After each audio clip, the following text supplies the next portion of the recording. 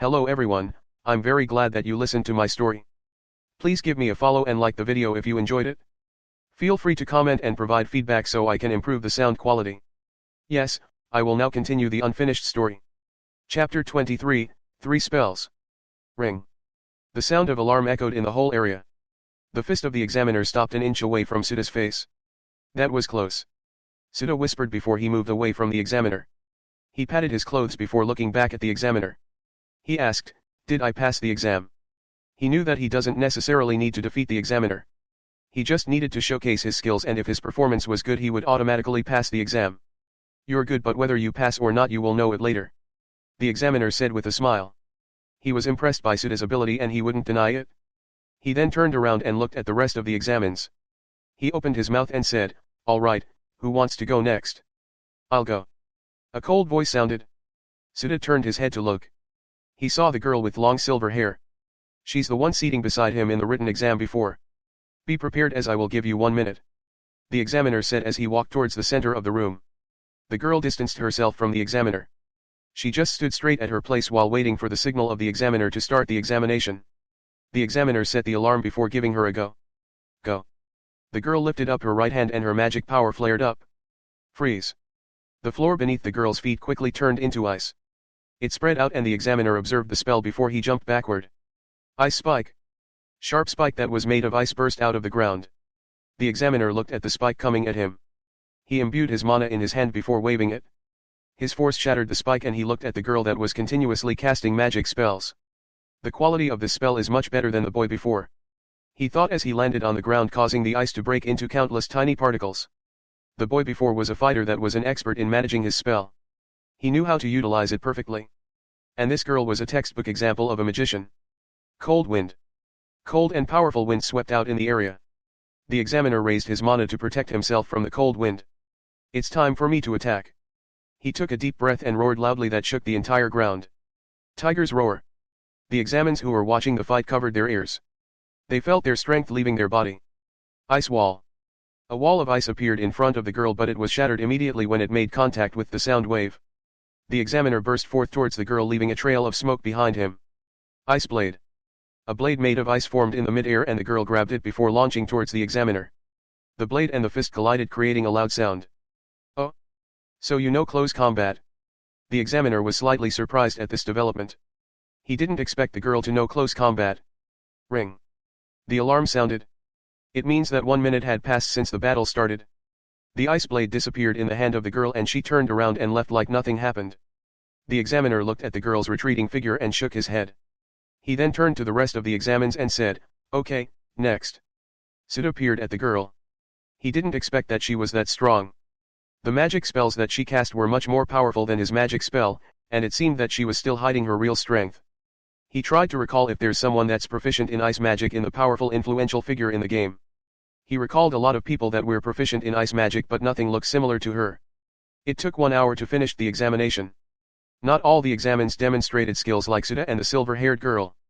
But there were also others that show skills not losing to Suda. Some of the beast folk demonstrated strength surpassing Suda. John came inside the training ground. He went straight to the examiner and whispered something in his ears. "Sir John, the one in the written exam, have finished checking your papers. Now, with me here, we will show you who passed the entrance examination," the examiner said in a loud voice. John stepped forward and opened his arm, and a semi-transparent screen appeared in the mid-air. It was made of magic. Names of examines were written on the screen. Suda and the other examines checked the words that were written on the screen. In just a few moments, Suda found his name. As expected, he passed the entrance examination. The other examines looked dejected. They were the ones who didn't pass the exam. "For those who passed the exam, come with me," John said before he turned around and left. Suda and the other examines who passed the exam followed John. Suda looked around and just as he expected, the silver-haired girl also passed the exam. 30 out of 70 examines passed the exam. They were cut above the other and all have superb skills. The group entered a door and inside there was another wide area. It was as wide as the training ground. This was the stadium of the Ladro Institute. This place could host more than 20,000 people at the same time. At the front, on the stage, there was a group of people who were standing on the stage. They were all wearing a black coat with black pants. "You can pick your major course," John said to the examines. The people on the stage said their class. Swordsman. Brawler. Healer. Mage. It was until that Suda heard his main class that he started to move. He looked up and saw a middle-aged man with short blonde hair. He was a professor of mage students at Ladro Institute. Suda was major in magic spells, so it's only natural that he's taking the mage course. The silver-haired girl also took the mage course. He looked around and saw that the other people were already forming their own group. He then looked at his own group and found 5 people, including him and the silver-haired girl, took the mage course out of 30 examines who passed the exam. I'm Bargain, one of the professors in mage course. The middle-aged man introduced himself first. He added, "Follow me," before he started walking. Bargain toured them around the institute before they went to the mage building. He explained a lot of things about the institute and history about how it was built. The group went inside a room. The room was huge and at the corner were spell books piled neatly. "This is the gifts of the institute to all of you, so pick 3 spell books there and learn it," Bagan said to them with a smile on his face. "The institute is generous to its students, so don't worry about it. As long as you study earnestly, it's okay. And the institute will not hesitate to provide you more resources." This was what Suda was waiting for. The free gifts of the institute. This was what he wanted. The spell books to complete the requirements in getting a class. Thanking Bargain for the gifts, the other 3 went to check the spell books. Suda noticed that the silver-haired girl wasn't checking the spell books. She was just standing there on her position looking at the spell books. He opened his mouth and asked, "Do you also want to check the books?" The silver-haired girl turned her head and looked at him. She slowly opened her mouth and replied, "No, I'm okay with leftover." "I see." Suda nodded and turned his attention to the spell books. He didn't hesitate anymore as he went there and checked the spell books one by one. Most of the spells were basic spell, just like his fireball, ice shot, and light heal. There were a few high-level spells. But, all of these were in the range of tier 1 spell. Well, even if there's a tier 2 spell here, he wouldn't be able to learn it. It was because only those that promoted their class to level 2 class would be able to learn it. Mage was just a level 1 class. There were a lot of paths after the mage, but he would choose the path he chose in the game. Mage becoming a battle mage, then a great battle mage. In the end, he picked the agility boost, strength boost, and mudslide spells. The 2 spells that he picked were buff spells that he needed. Back in the game, he was proficient in buffing himself while adding debuffs to his opponent. He got stronger while his opponents got weaker. Even those abnormal status wouldn't affect because of his different kinds of buffs he cast on himself. Well, he was experts in different styles as a great battle mage. "These 3 are the ones I choose," Suda said while looking at Bargain. Bargain looked at Suda and then at the spell books that he chose. He was wondering if Suda was planning on taking a support type mage. He was wrong at that. Suda was planning on supporting himself. Chapter 24, Rank 1 Mage.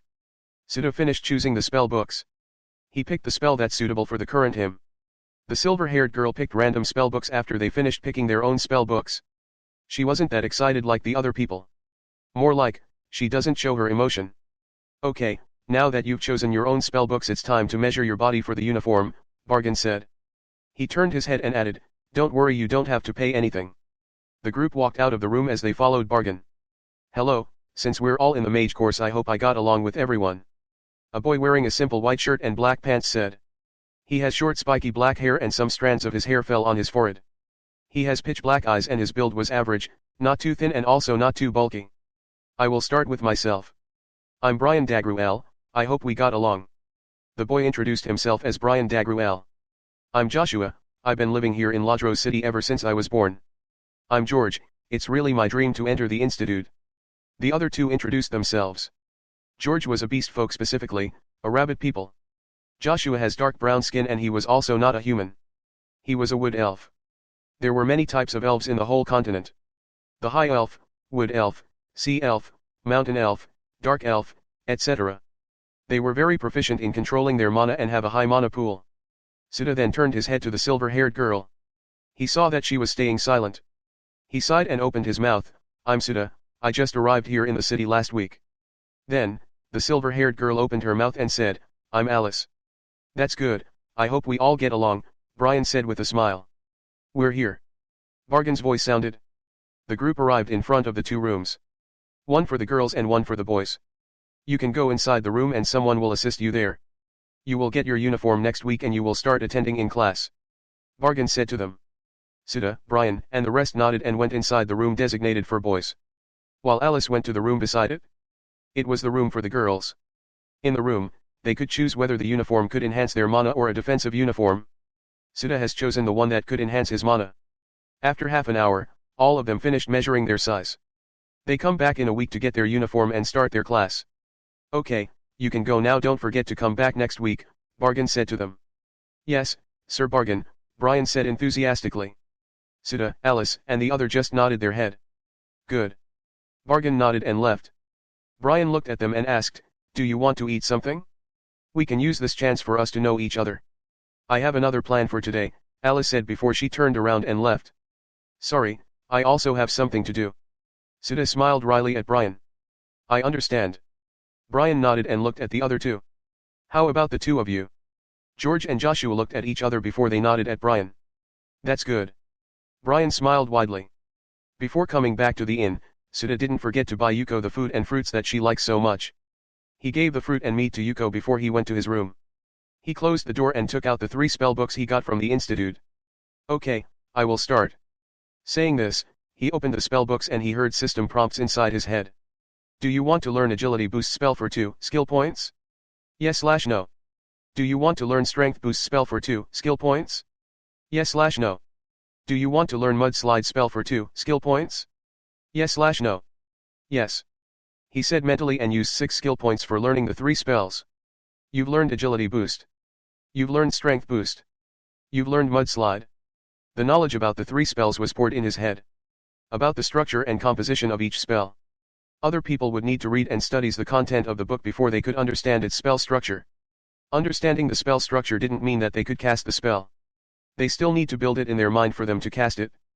But Suda was different, just using skill points he would understand all the content of the book and even cast it without a problem. But getting skill points was hard. Apart from leveling up, he could only get it from the quest he received. In the latest version of the game, the level cap there was level 80 and it means that a player only gets 80 skill points from leveling up.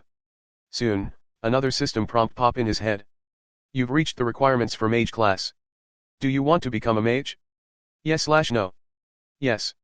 Suda said without hesitation. Getting the class mage. You've successfully become a mage. Strength, agility, dexterity, and vitality attributes have increased by 10 points. Intelligence attributes have increased by 20 points. Mana pool increased by 50. Magical damage increased by 100%. Magical resistance increased by 100%. Mana recovery increased by 10. Suda sighed when he read all the system prompts.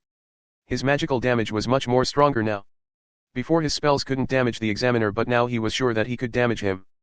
But this wasn't all the benefits he received in getting a class. There's also the skill tree of mage class. With him becoming a mage, he would be able to unlock its skill tree. Please choose your attribute. Darkness. Light. Fire. Water.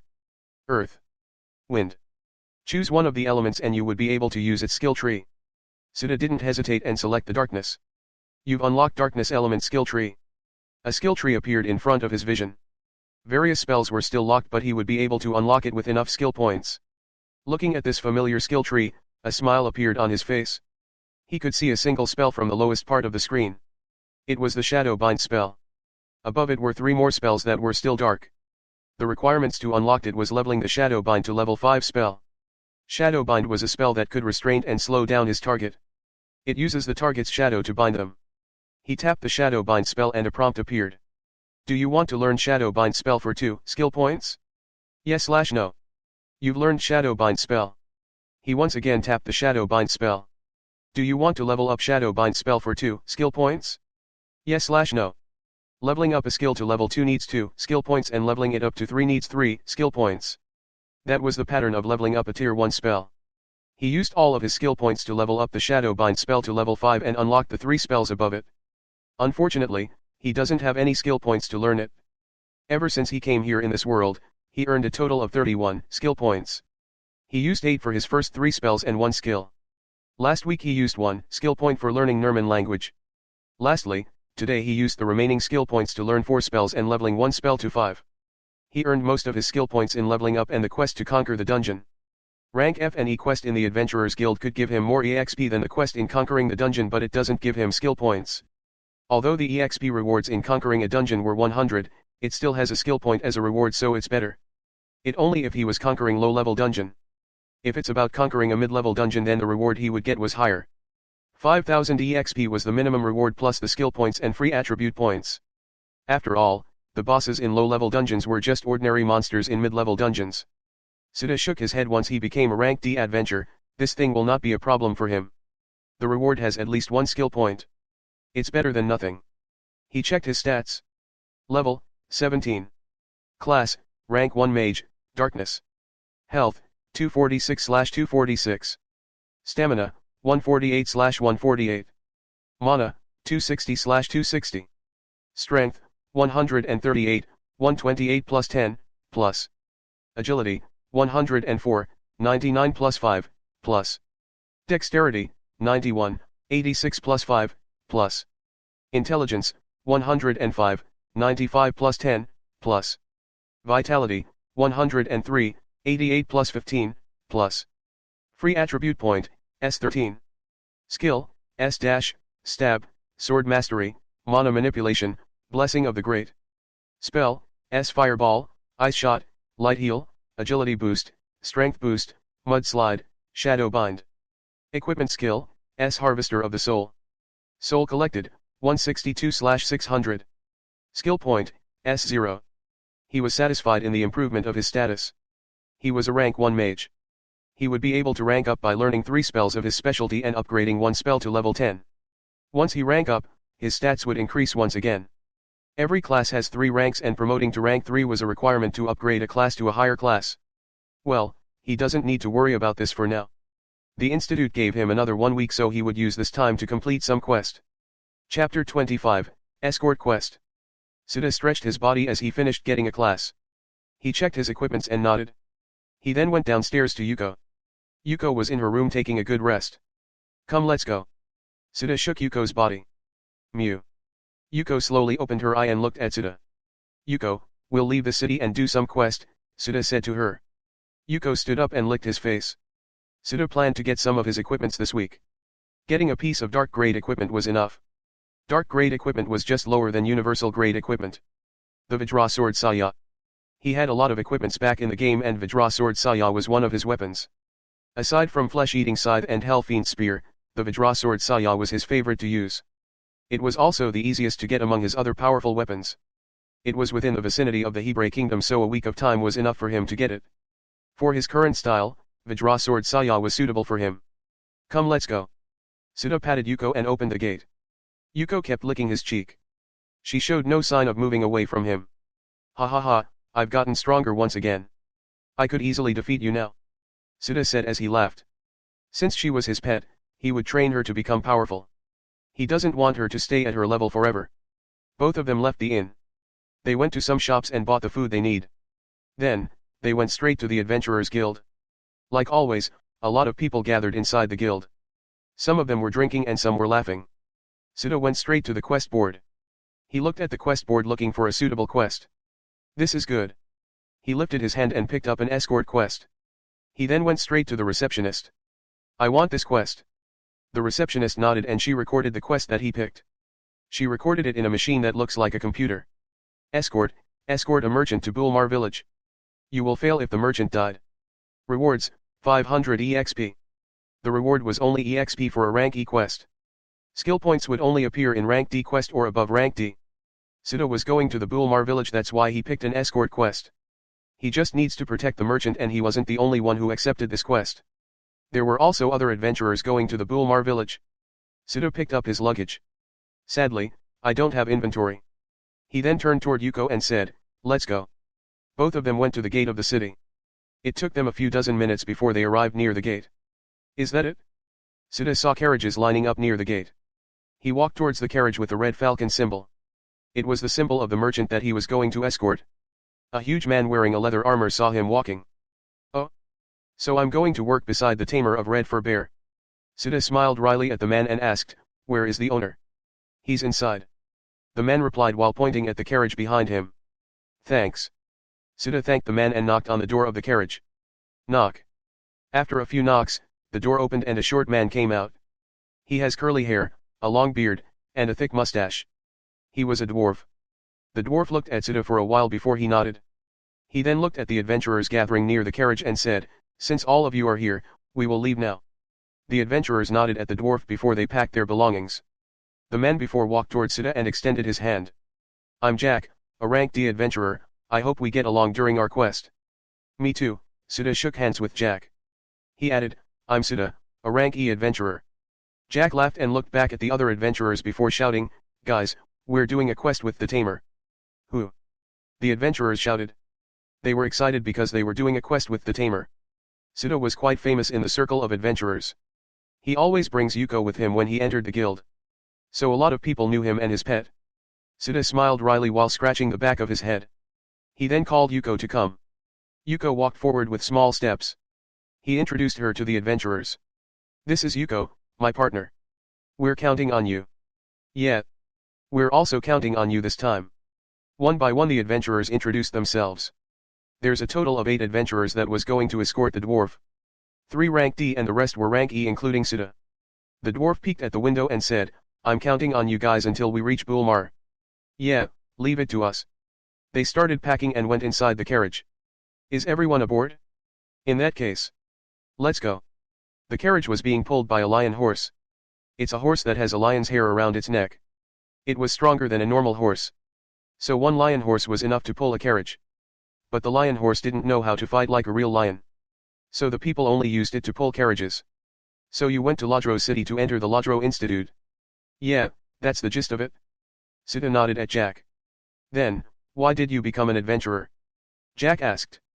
The other adventurers just listened to their conversation. Sometimes butting in making everyone laughed. Well, I need money in the institute so I became an adventurer, Sita replied to Jack's question. Life is really hard, huh? Jack said as he looked outside through the window. Yeah. Sita nodded and he also looked outside. He reached out his hand and patted Yuko. Yuko was walking outside the carriage. She couldn't fit inside this place so she had to walk outside. Sorry about this Yuko, Sita said to her. Master. A small voice escaped from her mouth. She then turned her head and looked around. Grr. Sita knew that something was wrong when she was acting like this. There's an enemy. He shouted. Jack knocked on the front wall of the carriage. He told the dwarf to stop moving because there's an enemy. You sure about this? Jack asked while getting out of the carriage. Yeah, Yuko is the one who sensed them. Sita nodded and he also exited the carriage. The other adventurers followed suit. They pulled out their own weapons and looked around them. They were inside a small forest so trees were all over the place. A few silhouettes appeared in their vision. As I thought. Jack frowned when he saw this. Terror wolf, Sita said in a low voice when a pack of wolves walked out of the shadows. He grabbed the handle of his sword and pulled it out. Go. Yuko. Yuko dashed forward as soon as he shouted. The huge bear charged straight to the pack of wolves. Terror wolf was just a low-level monster. In the game, their level was between 1 to 10. Some players wouldn't even bother killing these wolves. They were no match against a level 21 red fur bear. Grat. Yuko roared as she waved her arms towards the wolves. 2 wolves flew and crashed in the tree. A loud cracking sound could be heard from their bodies. She grabbed the wolf in front of her before smashing it on the ground. The impact caused the dust and smoke to shoot up in the air. 2 wolves jumped on her back and bit her flesh. Sita just watched her fight while holding a sword. He wanted her to gain more battle experience. She was a level 21 red fur bear. A pack of wolves was nothing to her.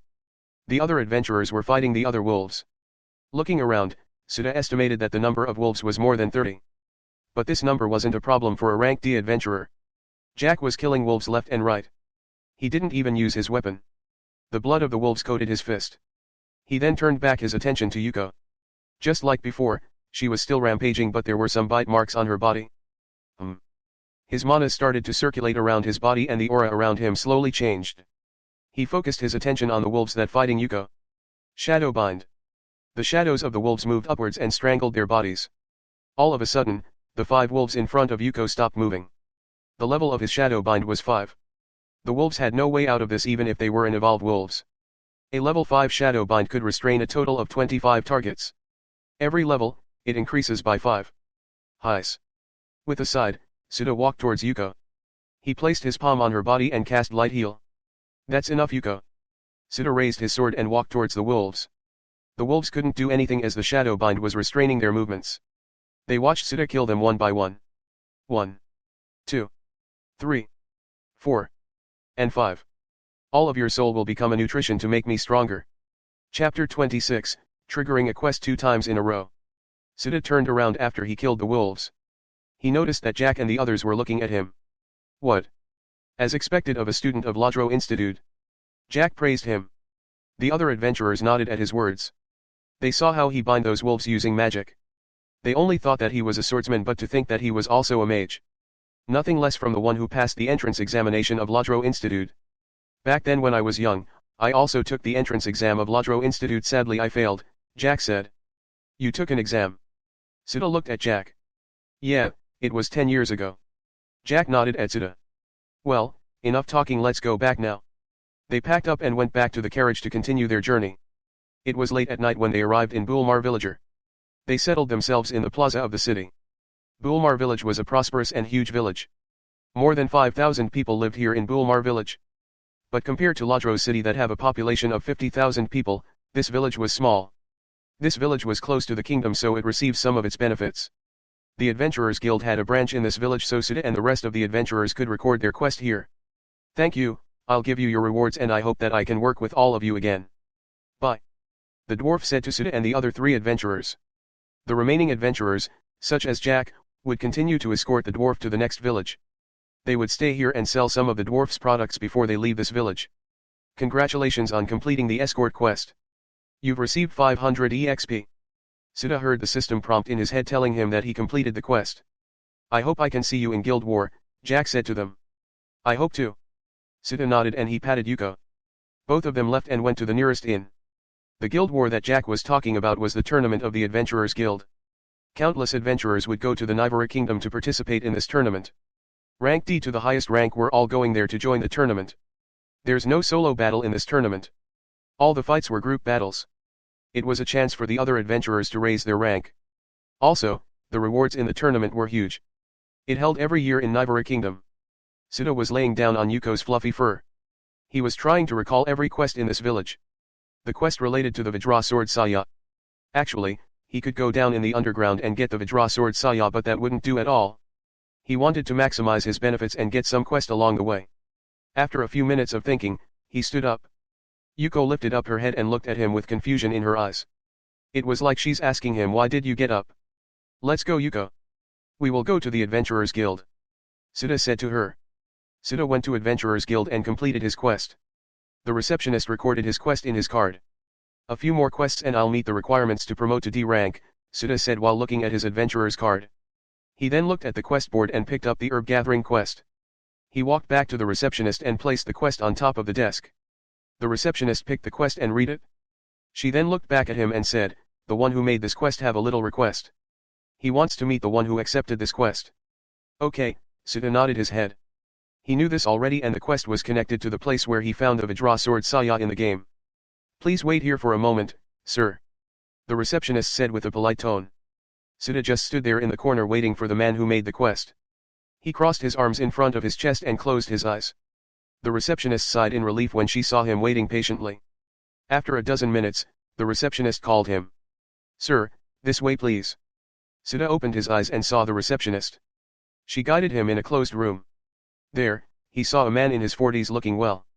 He has short white hair and a wrinkled face. Good evening, sir. I'm Mark, the one who made the quest. The man stood up and introduced himself. I'm Suda, an adventurer. Suda replied and sat down in the chair opposite of the man. The receptionist bowed down and left the room. The room was devoid of any sound as no one said anything. Suda was the one who broke the silence.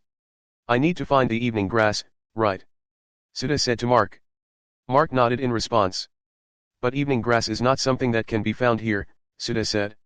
Evening grass can be found in a place rich in dark energy like Curse Cemetery.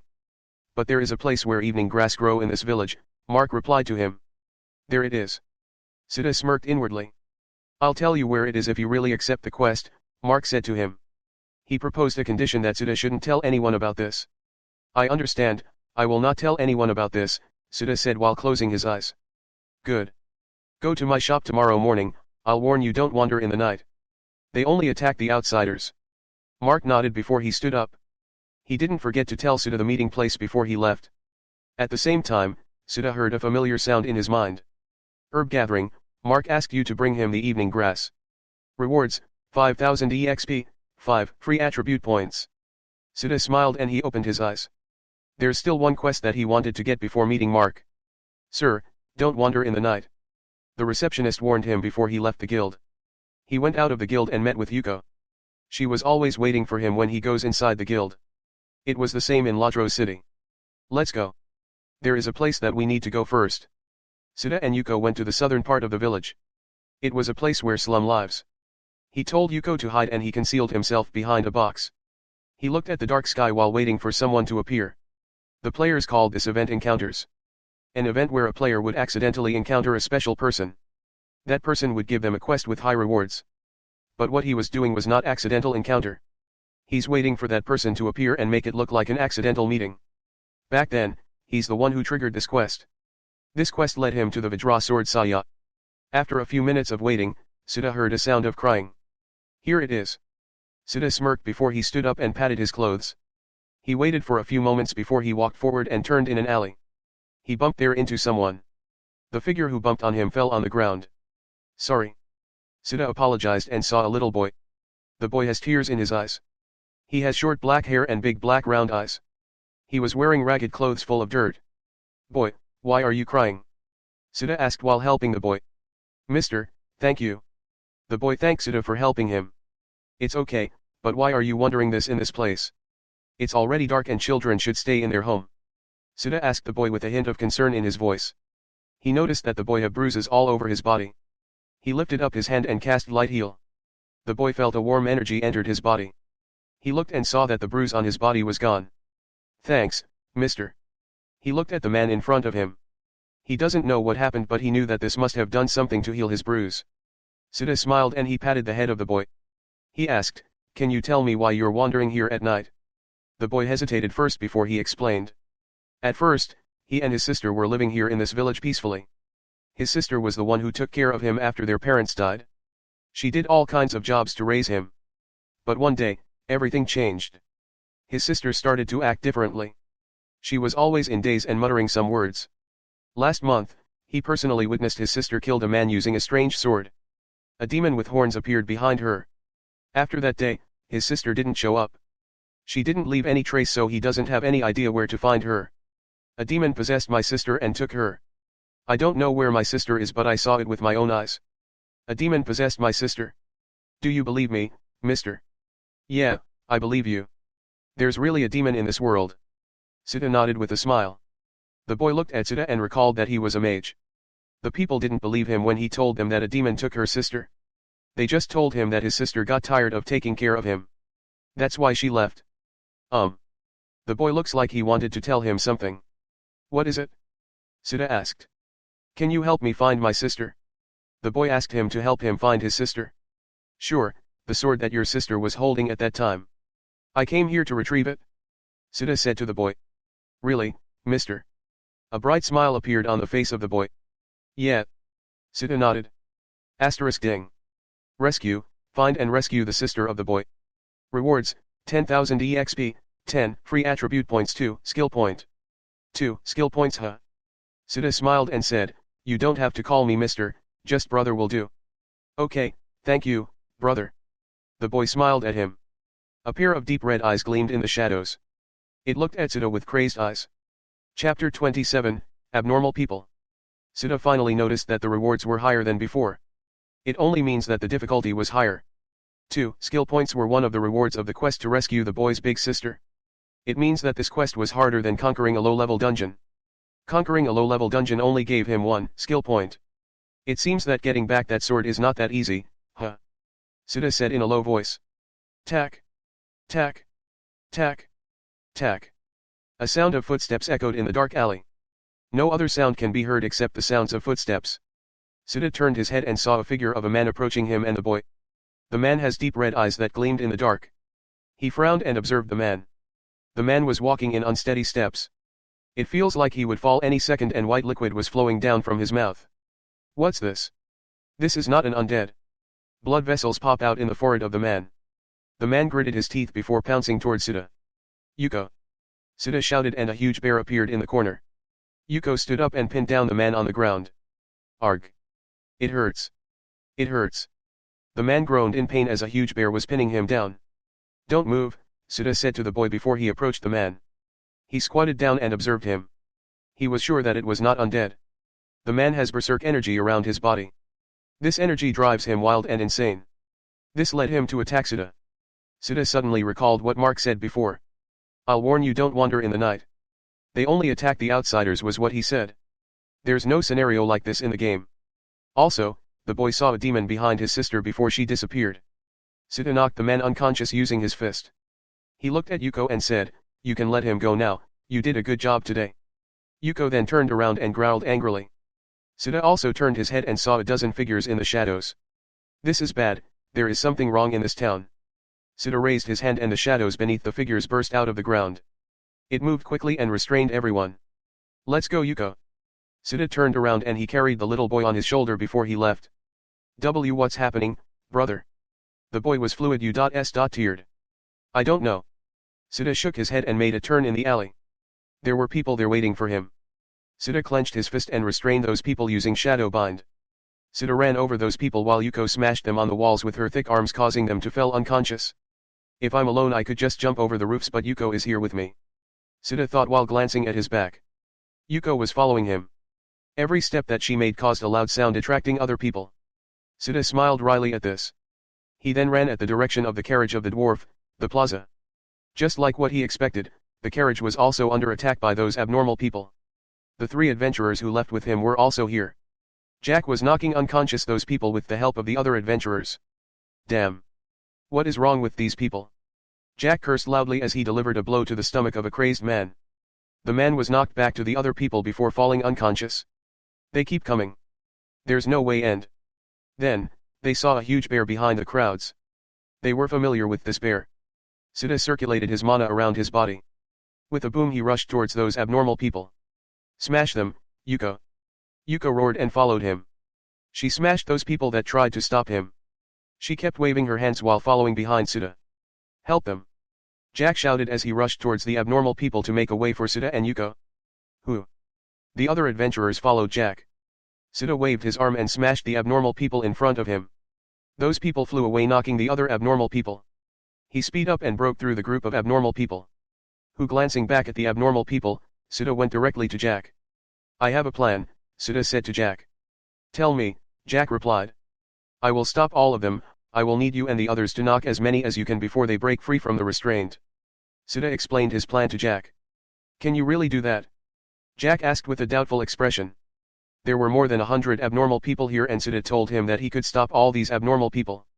Why would I lie in this situation? Sita replied as he shrugged his shoulder. Ha ha ha, good, as long as you stop them. I can knock them out easily. Jack laughed loudly. He then looked at the boy on Sita's shoulder. By the way, did you kidnap that child? No, I just met him and the abnormal people attack us all of a sudden. Sita shook his head. His expression turned serious and said, I will start now. He placed the boy on the ground telling him to wait. He then focused his attention on the abnormal people. Jack, Yuko, and the rest of the adventurers were defending the carriage. The abnormal people kept coming in all directions. His magical energy flared up and reached the peak. With a wave of his hand, he cast Shadow Bind consecutively. He felt that he consumed more than half of his mana. Casting Shadow Bind consumed 10 mana. Using it consecutively drained half of his mana. Hundreds of shadows burst out of the ground. Seeing this, Jack and the rest stopped moving. They watched as the shadows bind every person in the whole area. Go. They regained their senses when they heard Sita's voice. Ha ha ha, let's finish this. Jack laughed and he charged at the group of abnormal people. Sita didn't sit idly as he rushed towards those people. He looked at Jack who was knocking unconscious those people left and right. He asked, I thought you would kill them.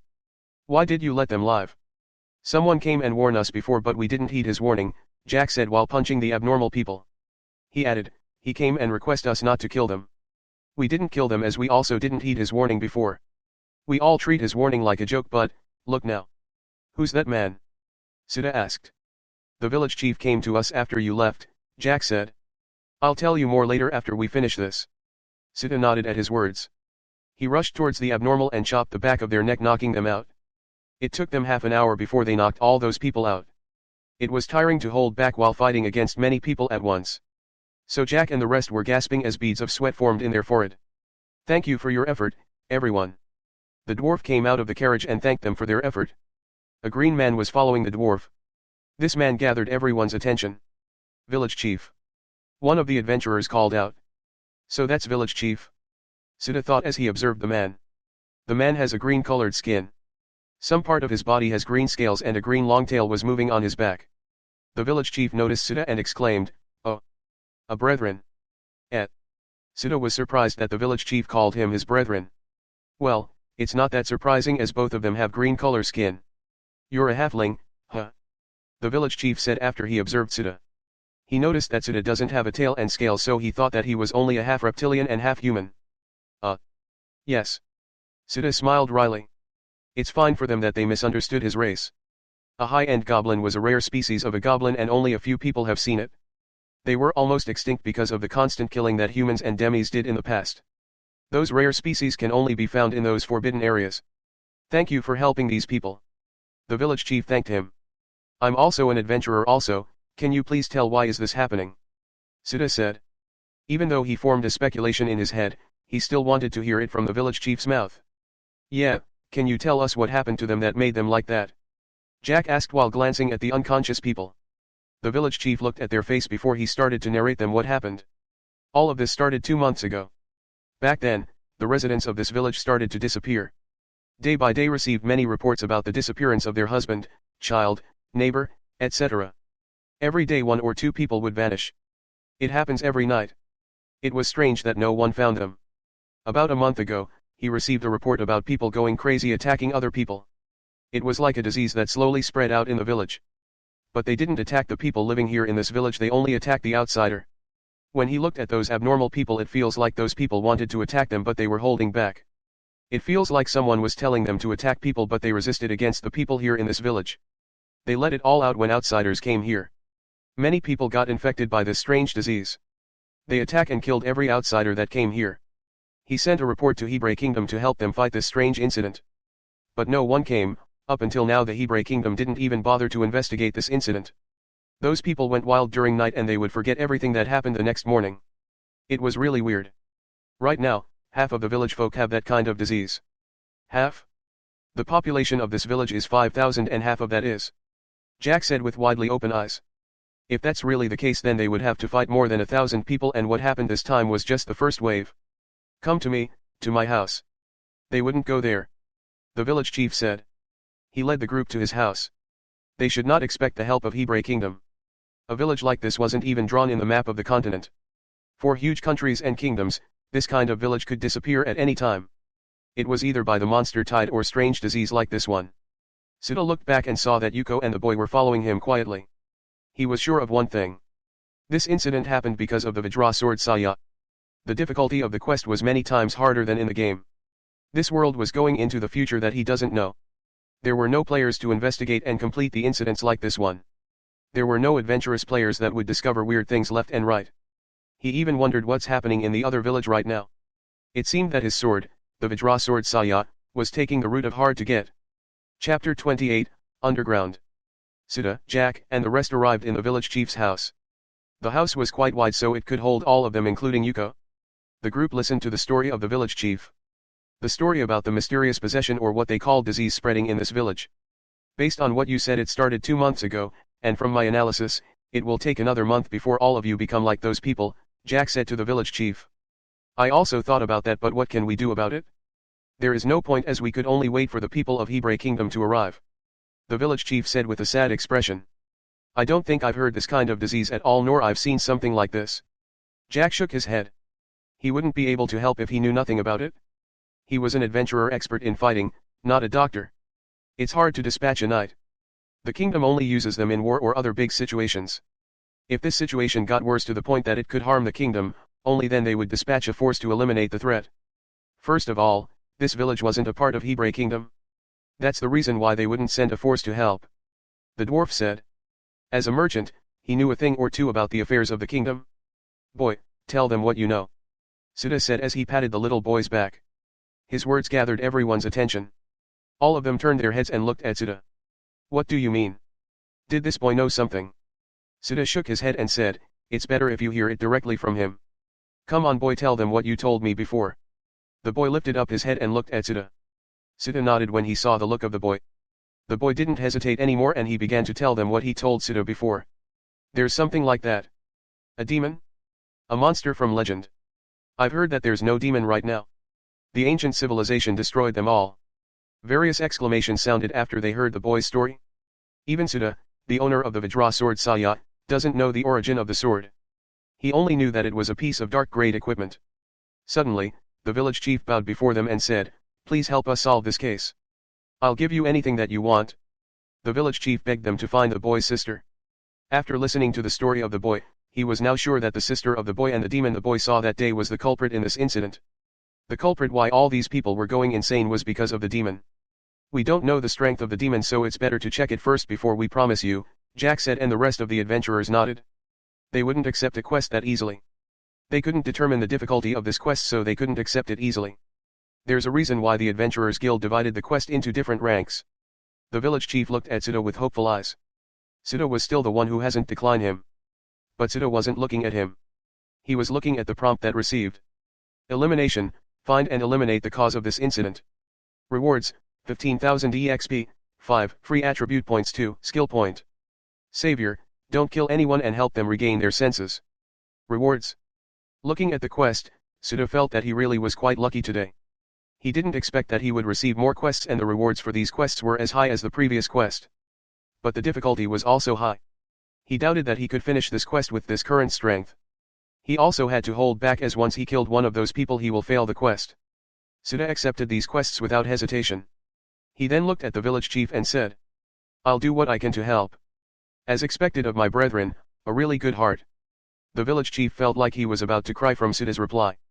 "Oi oi. Suda, do you know what kind of danger lies in this quest?" Jack said to him. "I have a vague idea," Suda replied. "No, you don't have any idea what a demon is." Jack said. "If a demon is really here, then they would be long dead," Suda said seriously.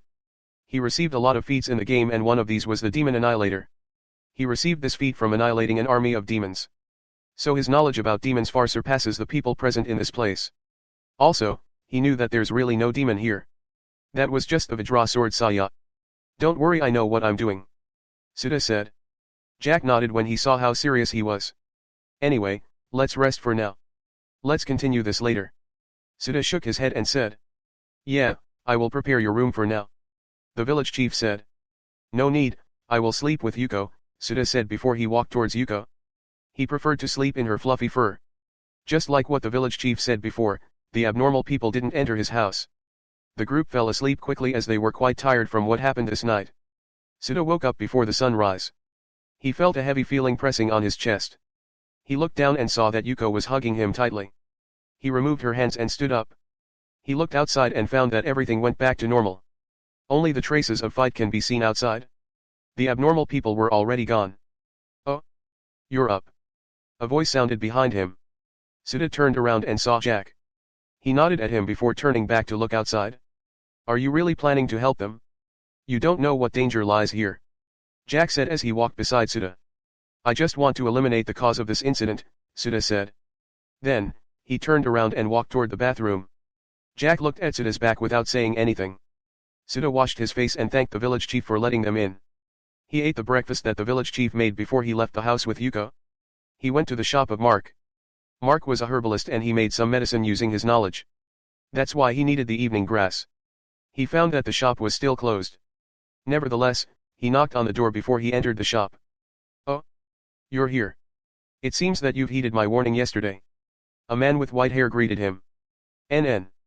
Suda sat down in a chair and said, "Let's talk about the quest. I want to complete it quickly." "How about some tea?" Mark said to him. "No, I want to go there right now." Suda shook his head as he declined the tea that Mark offered. "Okay, wait here for a few minutes," Mark said before he went inside the room. "Good." Suda closed his eyes while waiting for Mark. After a few moments, Mark came out with a small bag. He looked at Suda and said, "Let's go." Suda nodded and walked behind Mark. Mark led him to an abandoned church in the village. Suda looked around the church. Moss already covered the entire walls and ceiling of the church. It seems that no one was maintaining this church for almost 10 years. At the back of the church, Mark opened a secret compartment that will lead someone under the ground. "There are other paths, but this is the safest among all the paths," Mark explained to Suda. He then gave the small bag to Suda. Just put the evening grass inside the bottle there in the bag, Mark said while Suda opened the bag and saw a transparent bottle. I just need to put the grass here, Suda muttered as he closed the bag and hung it on his waist. Be careful there, although it's the safest this place there are still dangers lurking in the dark, Mark warned him. Of course, there's a danger downstairs, if not Mark would go down personally and he wouldn't place a quest in the Adventurers Guild. Yeah, I know. Suda nodded at Mark. Just looking at the rewards, he could vaguely guess the difficulty of a quest. I'll go now, Suda said and he turned to Yuko. He asked her to stay here with Mark. She was too big to fit inside the narrow path. She wouldn't be able to move comfortably and she would only become a burden if she followed him downstairs. The underground was an abandoned place and it became a dungeon. A place where Vajrasword Saya stayed. He doesn't know the lore of this village but he could guess that this was a prosperous city before it became the Bulmar village. He raised his hand and tapped the walls made of bricks. The bricks were still sturdy despite its looks. The floor was wet and sticky. Gray. A pair of deep red eyes appeared in the darkness. Just like what I expected, some of them are here. Suda said with a laugh. It seemed that there was a type of abnormal people that live here underground. They didn't return back to normal even though it's morning. Come, it's getting exciting this way, the power of the Vajrasword exceeds my expectations. Back in the game, the only person that Vajrasword Saya possessed was the sister of the little boy before. The existence of abnormal people wasn't present in the game. Chapter 29, A Strong One. Suda dashed forward and the figure also charged at him. Suda ducked down to avoid the hands of the figure before he delivered a blow to the stomach of the figure. The figure flew away and Suda chased after it. He chopped the neck of the figure knocking it down. It's harder to hold back against this kind of people, Suda said in a low voice while looking at the unconscious man. He won't kill anyone in this place. It's not that he's against killing someone. It's just that he still retained a part of his humanity and want to avoid killing as much as possible. If it comes to the situation that he needed to kill someone then he won't hesitate and he will do what he needed to do. Also, the quest this time was asking him to save them from the possession of the Vajrasword Saya, not to kill them. Help them regain their senses and clarity. Release them from the grasp of the Vajrasword. I wonder if the Vajrasword can possess me, Suda muttered before turning to look at the dark path. There was some grass on the floor but this was not the evening grass. Evening grass looks like an ordinary grass but it has a different color. There were blue dots across the leaves of the grass. The unusual energy here was getting thicker the more he got deeper in the underground. Then, I will turn here and... Suda stopped as he saw 5 figures with gleaming red eyes. Here they come. He clenched his fist and charged straight to the 5 figures. Who really, they attack anyone who enters this place, Suda said as he wiped the sweat forming on his forehead. There were locked rooms everywhere. This place was really an underground base built for sheltering people but who knows how long people abandoned this place. He walked to the end of the corridor, and he found that one of the rooms was not locked. The door had been left half open, and the lock was broken. He noticed some scratch marks on the door. He reached out his palm and traced the scratch marks. There's no dust. Suda muttered. Just from seeing the marks, he could guess that someone made this recently. Maybe a few days ago. He slightly pushed the door open, only to find rows of tables placed in the corner of the room. Transparent bottles with an unknown liquid were neatly arranged on top of the tables along with strange devices. Opposite of it was a cabinet full of books which were covered in dust. Picking up one of the transparent bottles, he shook it a few times. The orange liquid inside the bottle emitted a dim light. The light wasn't that bright but in this dark room, it was extremely noticeable. A monster potion, huh? A monster potion was a potion that will let someone borrow the power of a monster. But it comes with a side effect due to harnessing the beast's energy. Beast energy or also called best Faram by ancient people. Powerful and destructive energy that monster uses. A monster that could harness beast energy was a dangerous individual and countries would use forces to eliminate those monsters when it appeared in their territory. Only level 40 monsters have this kind of power. Once he reached level 40 he would be able to use beast energy or best Faram. But that's far in the future. The side effect of this potion is something I don't want to experience. Suda shook his head and then he placed the bottles inside his bag. He could sell these potions or use this in an emergency. He then walked towards the books. The books were covered in thick dust. He reached out his hand to pick one book. He used his other hand to wipe the dust off the cover of the book. He saw the characters that he couldn't understand. It's not a Nerman language, huh? He said in a low voice and opened the book. He saw a humanoid creature. A man with a horn sticking out on the side of his head. He has red hair and a pair of deep red eyes. The sclera was black and the pupils were red. Black stigmata were on the forehead of the man. If he wasn't wrong this was one of the ancient races, the Vajra race. But even when he spent more than 10 years playing the battle world online, He still hasn't met one Vajra race. Sudha frowned and he closed the book. He placed it inside the small bag that Mark gave him. He will have a time to study it later after he finished the quests here. He exited the room and a thick stench hit Sudha. What's this smell? Sudha said as he pinched his nose. He walked forward and saw two pathways. One on his left side and one on his right side. And behind him was a path going straight to the surface. Sudha looked at his left side and said, if I'm not wrong there's an evening grass in this direction. He walked forward while looking around. When he looked at the walls, his gaze was attracted by something. The walls were filled with scratch marks. It looked scary, like some beast was rampaging here recently. Soon, he reached the end of the path. There's another path on the right side, and there's a half-opened door on the left side. The wooden door was slightly twisted and it was also full of scratch marks. He approached the door and pushed it open without hesitation. Inside it, was a wide room filled with grass. At the center of the room, he could see a grass with blue dots. At the back, he could see a figure with crimson eyes. The man was exuding a very dangerous aura. This man was clearly different from those abnormal people. Oh, of course, I wouldn't get the evening grass that easily. It wouldn't give me such a reward if those weaklings are the one guarding it. Sudha said with a smirk.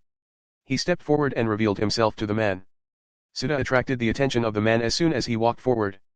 Sudha clenched his fist as his magical energy started rising at a fast rate. The man gritted his teeth and veins pop up on his arms. Sudha didn't stop as he continued to walk forward with a smirk on his face. A gust of wind swept out the whole room as both of them collided against each other in an instant. Sudha smiled and he once again dashed towards the man. He coated both of his fists with mana. He launched a barrage of powerful punches containing great force behind it. But it only causes the man to stagger backward. The nails of the man grew longer and sharper. He swung it towards Sudha. Sudha slightly bent his body backward and the sharp nails passed in front of his face. He twisted his body and took a distance away from the man. But when he looked up, he already saw the man was rushing straight at him. The shadow beneath the man moved. It emerges from the floor and strangled the man. Sudha opened both of his palms and cast fireball and ice shot simultaneously. He then placed his palm on the floor before looking at the man covered in smoke. He knew that he would not be able to defeat that man with just that. Fireball and ice shot were just a level 1 spell. The man roared loudly and it swept the smoke and dust around him. His aura was continuously rising. It also snapped the shadow that was binding him. You're finally getting serious, huh? Then allow me to show you a bit of my power. Sudha said with a smile. He then used agility boost and strength boost to buff him up. Agility boost was a spell that could raise the target agility by 10. It has a time limit of 10 minutes. During this time his agility attribute would increase by 10 points. It was still a level 1 spell so the increase in attribute was quite low. If he levels it up the added attribute and time limit would increase. Strength boost spell was the same as agility boost spell. The only difference was that it increased the target strength instead of agility. He cannot stack up these spells. Even if he used it on himself once again the added stat wouldn't increase. These two spells consume 10 points of his mana. Good, this is enough. Sudha looked at the man, and the man also looked at Sudha. After a few seconds, the man rushed straight at Sudha. But before he reaches Sudha he stopped. He looked down and saw his foot was sinking in mud. He was confused. He knew that there's no mud in this grassy room. Mudslide. I've already prepared it before, Sudha said before dashing towards the man. In just a second, he arrived in front of the man and pulled back his fist. Sudha poured his mana on his fist and threw it on the stomach of the man. Pulling back his other fist, he threw another powerful punch. The man groaned and he raised both of his hands. I won't let you. Once again the shadow emerges and strangled the man. It restrained his movements. Good, let me finish this, Sudha smirked as he clenched both of his fists. Chapter 30, Evening Grass Acquired. The man flew away and crashed in the wall of the room creating a spider web cracks on it. Debris of rocks fell on the ground and it caused the smoke to rise up. Sudha looked at the man with a frown. After a few moments, he opened his mouth and said, still conscious, huh? He bent his knees and launched himself towards the man like a rocket. The man suddenly lifted up his head and looked at Sudha. He clenched both of his fists and collided with Sudha. You're really good. Unfortunately, the quest said I need to save everyone including you. If I only didn't accept the quest then I would kill you right here because you're giving me trouble right now. Sudha said as he used more force and pushed his fist against the man. Grey. The man roared in front of him and his aura burst out. He managed to resist Sudha's strength.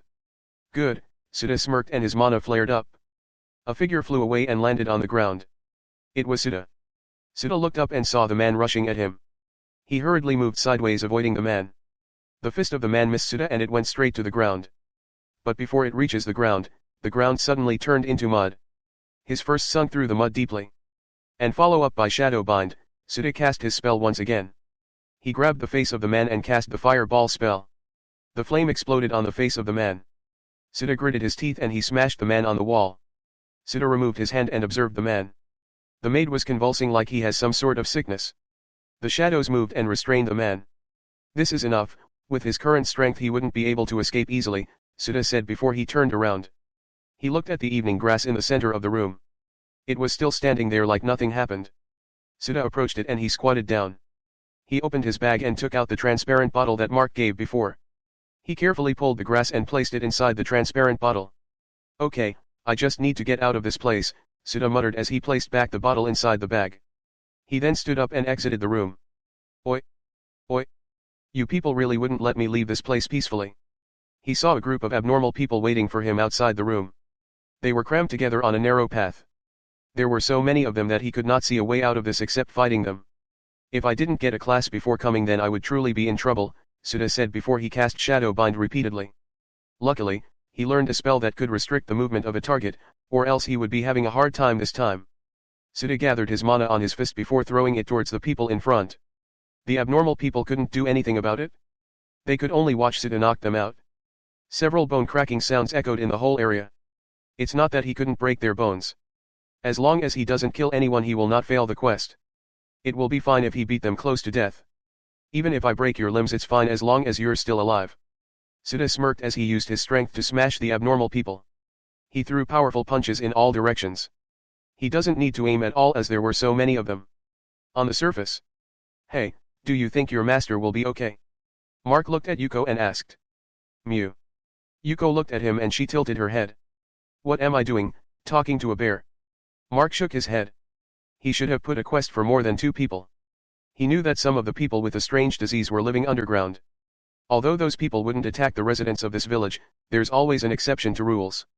If they, the residents of the village, came down then the people with a strange disease wouldn't hesitate to attack them. Your master looks like a strong man so he should be fine, right? Mark said in a low voice that only he could hear. Several footsteps sounded behind him. Mark turned around and saw the village chief with other adventurers. Village chief. Mark was surprised to see the village chief here in this place. Mark. Is Suda the one who accepted up your request? The village chief asked. Yeah. Mark nodded in response to the village chief's question. And he's there right now. The village chief pointed on the stairs leading to the underground base. Yes, but why are you here, village chief? Mark nodded and asked the village chief while glancing at the adventurers behind the village chief. They are the ones who will help us. The village chief said while looking at Jack and the rest of the adventurers. Help us. Mark looked at the village chief with confusion in his eyes. He doesn't know what the village chief was saying. Yes, help us save the village. The village chief said. Mark turned his head and observed the adventurers behind the village chief. Jack and the other adventurers accepted the village chief's request. They didn't accept it to help the village but they accepted to help Suda. They will go there and see for themselves if there was really a demon here. If there's really a demon then they would take back Suda with them and report it to the kingdom. The kingdom wouldn't sit back if they knew that there's a demon here close to their territory. Jack stepped forward and asked Mark how long Suda has been underground. About 30 minutes, Mark replied to Jack's question. Suddenly, Yuko moved forward and stopped in front of the stairs leading to the underground base. This gathered everyone's attention. They focused on Yuko wondering what she's up to. What she's doing. The village chief asked. I don't know. Mark shook his head. Maybe her master is coming now, Jack said with an unsure expression. After a few moments, Jack's words came true. Suda really came out. Yuko greeted him first as she wrapped her huge body around him. He just finished putting those abnormal people in their place. They wouldn't be able to bother him even if he went there a second time. Still, he knew that that's not all the abnormal people. He knew that the strong one must be beside the host of the Vajra sword Saya. After hugging Yuko, Suda noticed the village chief and Jack. He looked at Mark and asked, what are they doing here? They are here to help you. Before Mark could answer him, the village chief opened his mouth first and answered his question. We're here to help you. Once we see if there's really a demon then we would force you out with us. Jack said with a serious expression. Oh. Suda didn't know what to say in this situation. He didn't think that Jack was that close to him. Well, suit yourself. Suda shrugged his shoulder before giving the small bag to Mark. Of course, He took the book he picked first before giving the small bag to Mark. Mark received the small bag and took out the transparent bottle inside it. He inspected the grass inside it. Good, this is really the evening grass. You've received 5000 EXP and 5 free attribute points. Experience points reached. Strength attributes have increased by 8. Intelligence, agility, dexterity, and vitality attributes have increased by 5. He levels up from the EXP he received from this quest. He was now a level 18 high-end goblin. 2 more levels and he will reach the level requirements for the next evolution. But it will take him more time to reach that level. After all, he played the game for 10 years and all he reached was level 80. His leveling speed was quite fast. He's been here for a month and he almost reached the level cap of version 1. It's easy to level up from 1 to 10 as the express needed was quite low. But after that, especially level 20 and above was really hard to increase level even by 1. He knew the pattern of the EXP system. It was the Fibonacci system. That's why after level 20 it will truly be hard to level up. Sita turned his head to the village chief and said, "Well, we'll submit it first to the guild." The village chief nodded and Sita left with Mark. "So what should we do?" one of the adventurers asked. "Let's wait for him," Jack said as he shrugged his shoulder. "That's a good idea." Sita and Mark went to the guild to submit the completion of his quest.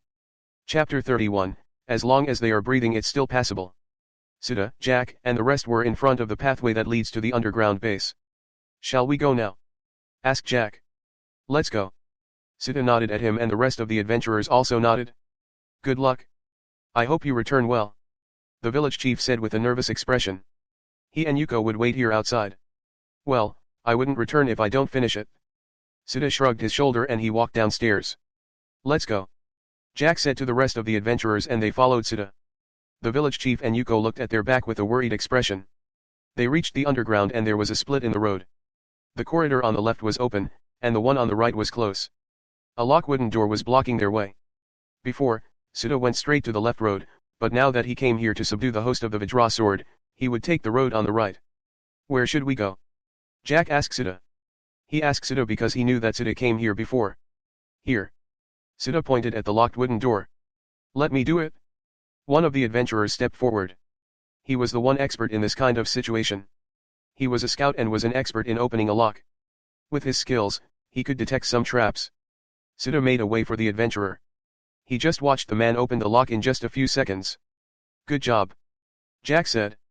"Don't worry about it. That's not a problem for me," the scout said. "Good." Sita nodded and stepped inside. Perhaps it was their imagination, but once they entered the corridor, it felt like someone was observing them. The atmosphere here was clearly different from the other corridor. A chilly wind would sometimes caress their faces. This atmosphere? It felt like I enter a mid-level dungeon. Sita thought. But only he knew that the strength of the abnormal people was far enough to become a mid-level dungeon. They walked for a half-minute before red letters started surfacing around them. "I'm warning you. Don't come here. I don't want to kill you. We don't want to kill someone. It's not us. It's a demon. You should go back now. I know, you also want to become like us, don't you?" Some of the words appeared on the walls, some were on the ceiling, and some were on the floor. Sita stopped when the red words appeared. He looked around and read the words. "The abnormal people are warning us." Sita thought. This scenario wasn't in the game at all. Ever since he came here in Bulmar village, he discovered many things that can't be found in the game. What's wrong with this? Are they warning us? The adventurers started to discuss among themselves. The red words spooked them, but as an adventurer, they have their own fare of experience. They quickly regained their composure. "Let's go." Sita shook his head and he continued to walk straight, not minding the red words around him. Then, words appeared in front of him saying, "You'll regret coming here in this place." "You're wrong, I'll regret it if I don't get that Vajra sword Sayadot." Sita thought as a grin slowly appeared on his face. He felt funny that they were threatening him. Do they really think that they could easily kill him? They should at least know it from the abnormal people that he took down before. He wouldn't go down without taking some of them with him. At least he would take the mastermind behind this, the Vajra sword Sayat, with him. He thought that he should threaten them too. If they don't give the Vajra sword then he would beat them half to death. Well, let's leave it like that and see it for myself. Sita shook his head and continued to walk. At the end of the corridor was another split road. One was a stair going deeper, and the other one was dark. There's some words painted on the walls. The words were different from those threats. Unlike the words, before that was written in Nerman language, these words were written in an ancient language. So where should we go now? Jack asked him. Let's go here first. Suda went to the left side where the ancient characters were written on the walls. Actually, the path downstairs was the one that will lead him to the Vajra sword, but there's something here in this road that he needed to take. Okay, let's go. Jack nodded at him. They walked for half a minute before they found themselves in front of a metal door. The metal door was left half opened and there was a key inside the keyhole. The scout walked forward attempting to push the door open, but Suda stopped him before he could do so. Don't. Suda grabbed the wrist of the scout. The scout looked at Suda with confusion, but he didn't resist and let Suda open the door. Suda walked forward and wrapped his fingers around the doorknob. He pulled it in, closing it tightly. He knew a trick about this door. If he opened the door just like that, then it would lead them to a room full of traps that could kill all of them, but if he closed it and used the key to open the door, then it would lead them to another room. He couldn't forget those vicious traps that killed him in the game. He got careless in the game thinking that it was an ordinary door, but who knew that it hides some sort of secret room. If not for him accidentally closing it and using the key, then he wouldn't discover the secret room. Suda sighed and he twisted the key before pushing the door open. Inside the door was a room with a single table in the center.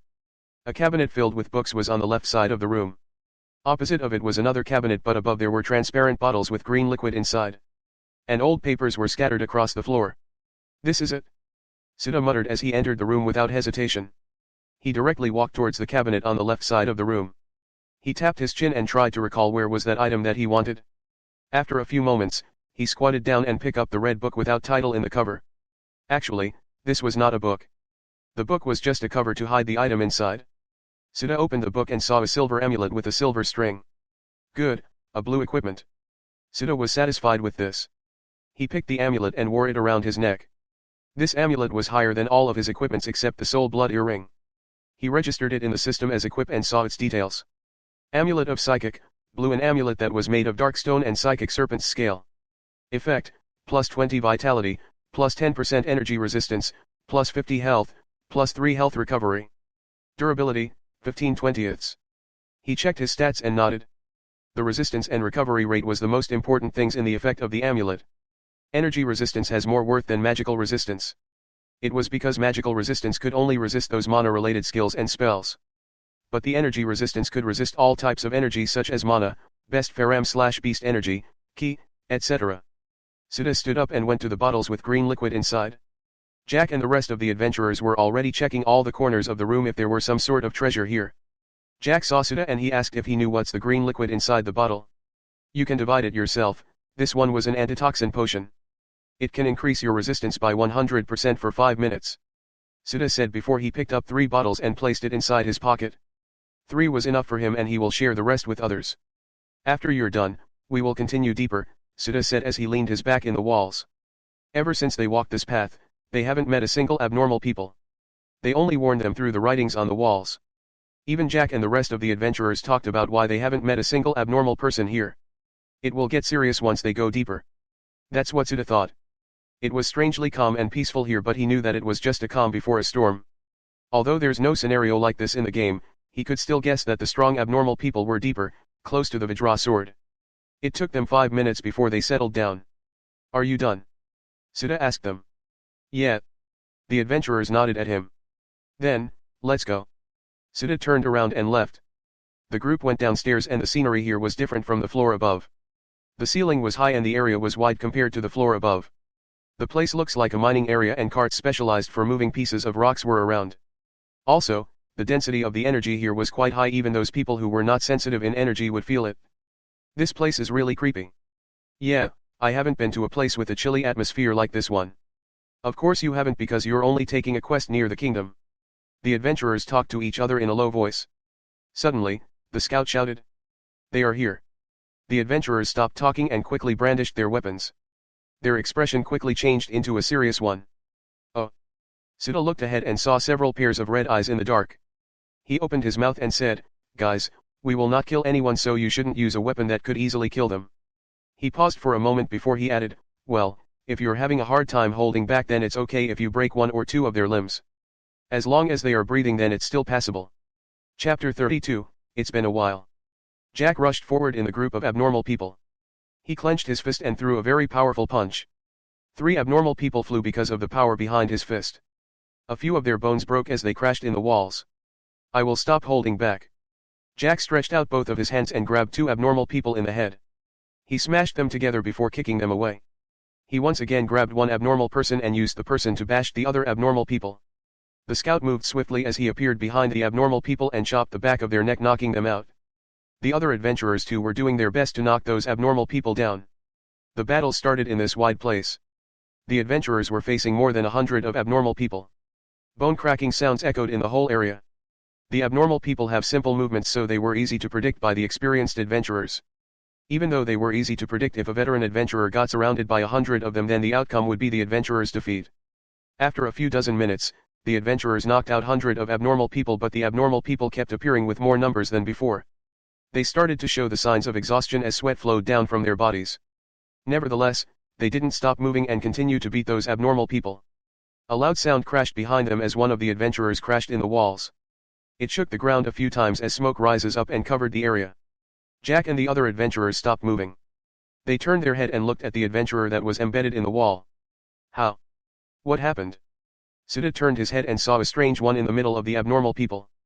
That one was giving off a different aura and vibe compared to the other abnormal people. It's the same as that one, Suda muttered as he recalled the one he fought when he was trying to get the evening grass. The one that gave him trouble. A strong abnormal person. We have a strong one here, Suda said to Jack and the rest of the adventurers. They all looked ahead and saw the man with the black veins popping out on its forehead. Just looking at it, they immediately knew that this one was a strong one. The man was panting heavily while looking at them with crazed eyes. Jack, follow me, let's finish this quickly, Suda said before he dashed towards the man. He lifted up his hand and cast Shadow Bind. The shadows strangled the other abnormal people so that they could not bother him while they finished the strong one. Okay. Jack nodded and followed behind Suda. He saw Suda clashed against the strong one. They exchanged dozens of blows within a few seconds. When Suda ducked down, he jumped above Suda and punched the face of the strong man. The strong man didn't fly away because the shadows were grabbing his limbs. He couldn't escape even if he wanted. Let's finish this. Yeah. Suda pulled back his hand and Jack too. Then both of them delivered a devastating blow on the stomach of the strong one. Arg. The strong man's body bent backward as he received the fist of Suda and Jack. The man fell down on the ground with a loud thud sound. Now, let's finish the others. Suda said as he turned his head and looked at the rest of the abnormal people. You're right, let's finish it quickly, Jack said with a smirk. Both of them rushed and bested those abnormal people. After half an hour, they finished putting all the abnormal people down. They checked the other adventurers and found that they only received some bruised in their bodies. They still have the energy to continue deeper. We are good. Yeah, we still have enough power to knock dozen of those people. The group continued to walk forward. Suda looked around as they walked deeper. Trolleys were everywhere and it was carrying huge boulders of rock. The railway was already covered in rust. It's hard to determine how long it has been since someone left them here. I don't think there's precious stone here. Suda tried to recall if there were any good items here or any other things as long as it could give him some money. What's really this place? Jack looked curiously around him. He knew what was the railway and its uses. It was common in the eastern part of the continent where the mechanic country lies. But here in the southern continent, it was pretty rare. The mechanic country is a newly founded country, so why is this railway here? Jack muttered while looking at the rusty rails. He's right. The mechanic country was founded 20 years ago after the brutal war of the Calamity Desert. The country rises too quickly and in just a mere 20 years it could be compared to the three great countries. It was so fast that it bothered the surrounding countries beside it. This will lead to the event that Suda knew. The rise of the mechanic country. In this event, the mechanic country will become unstoppable and will truly rise to the ranks of the three great countries. But this base has the technology of the mechanic country. It seems that the ancient civilization was quite advanced than he could imagine. Suda glanced at Jack. Even though he played the game for 10 years, he still knew nothing about the ancient civilization. The chaotic era before this fake peace era of the three great countries. He only knew that the ancient civilization fought the demons and pushed them out of the continents. The more they go deeper, the wider the place becomes.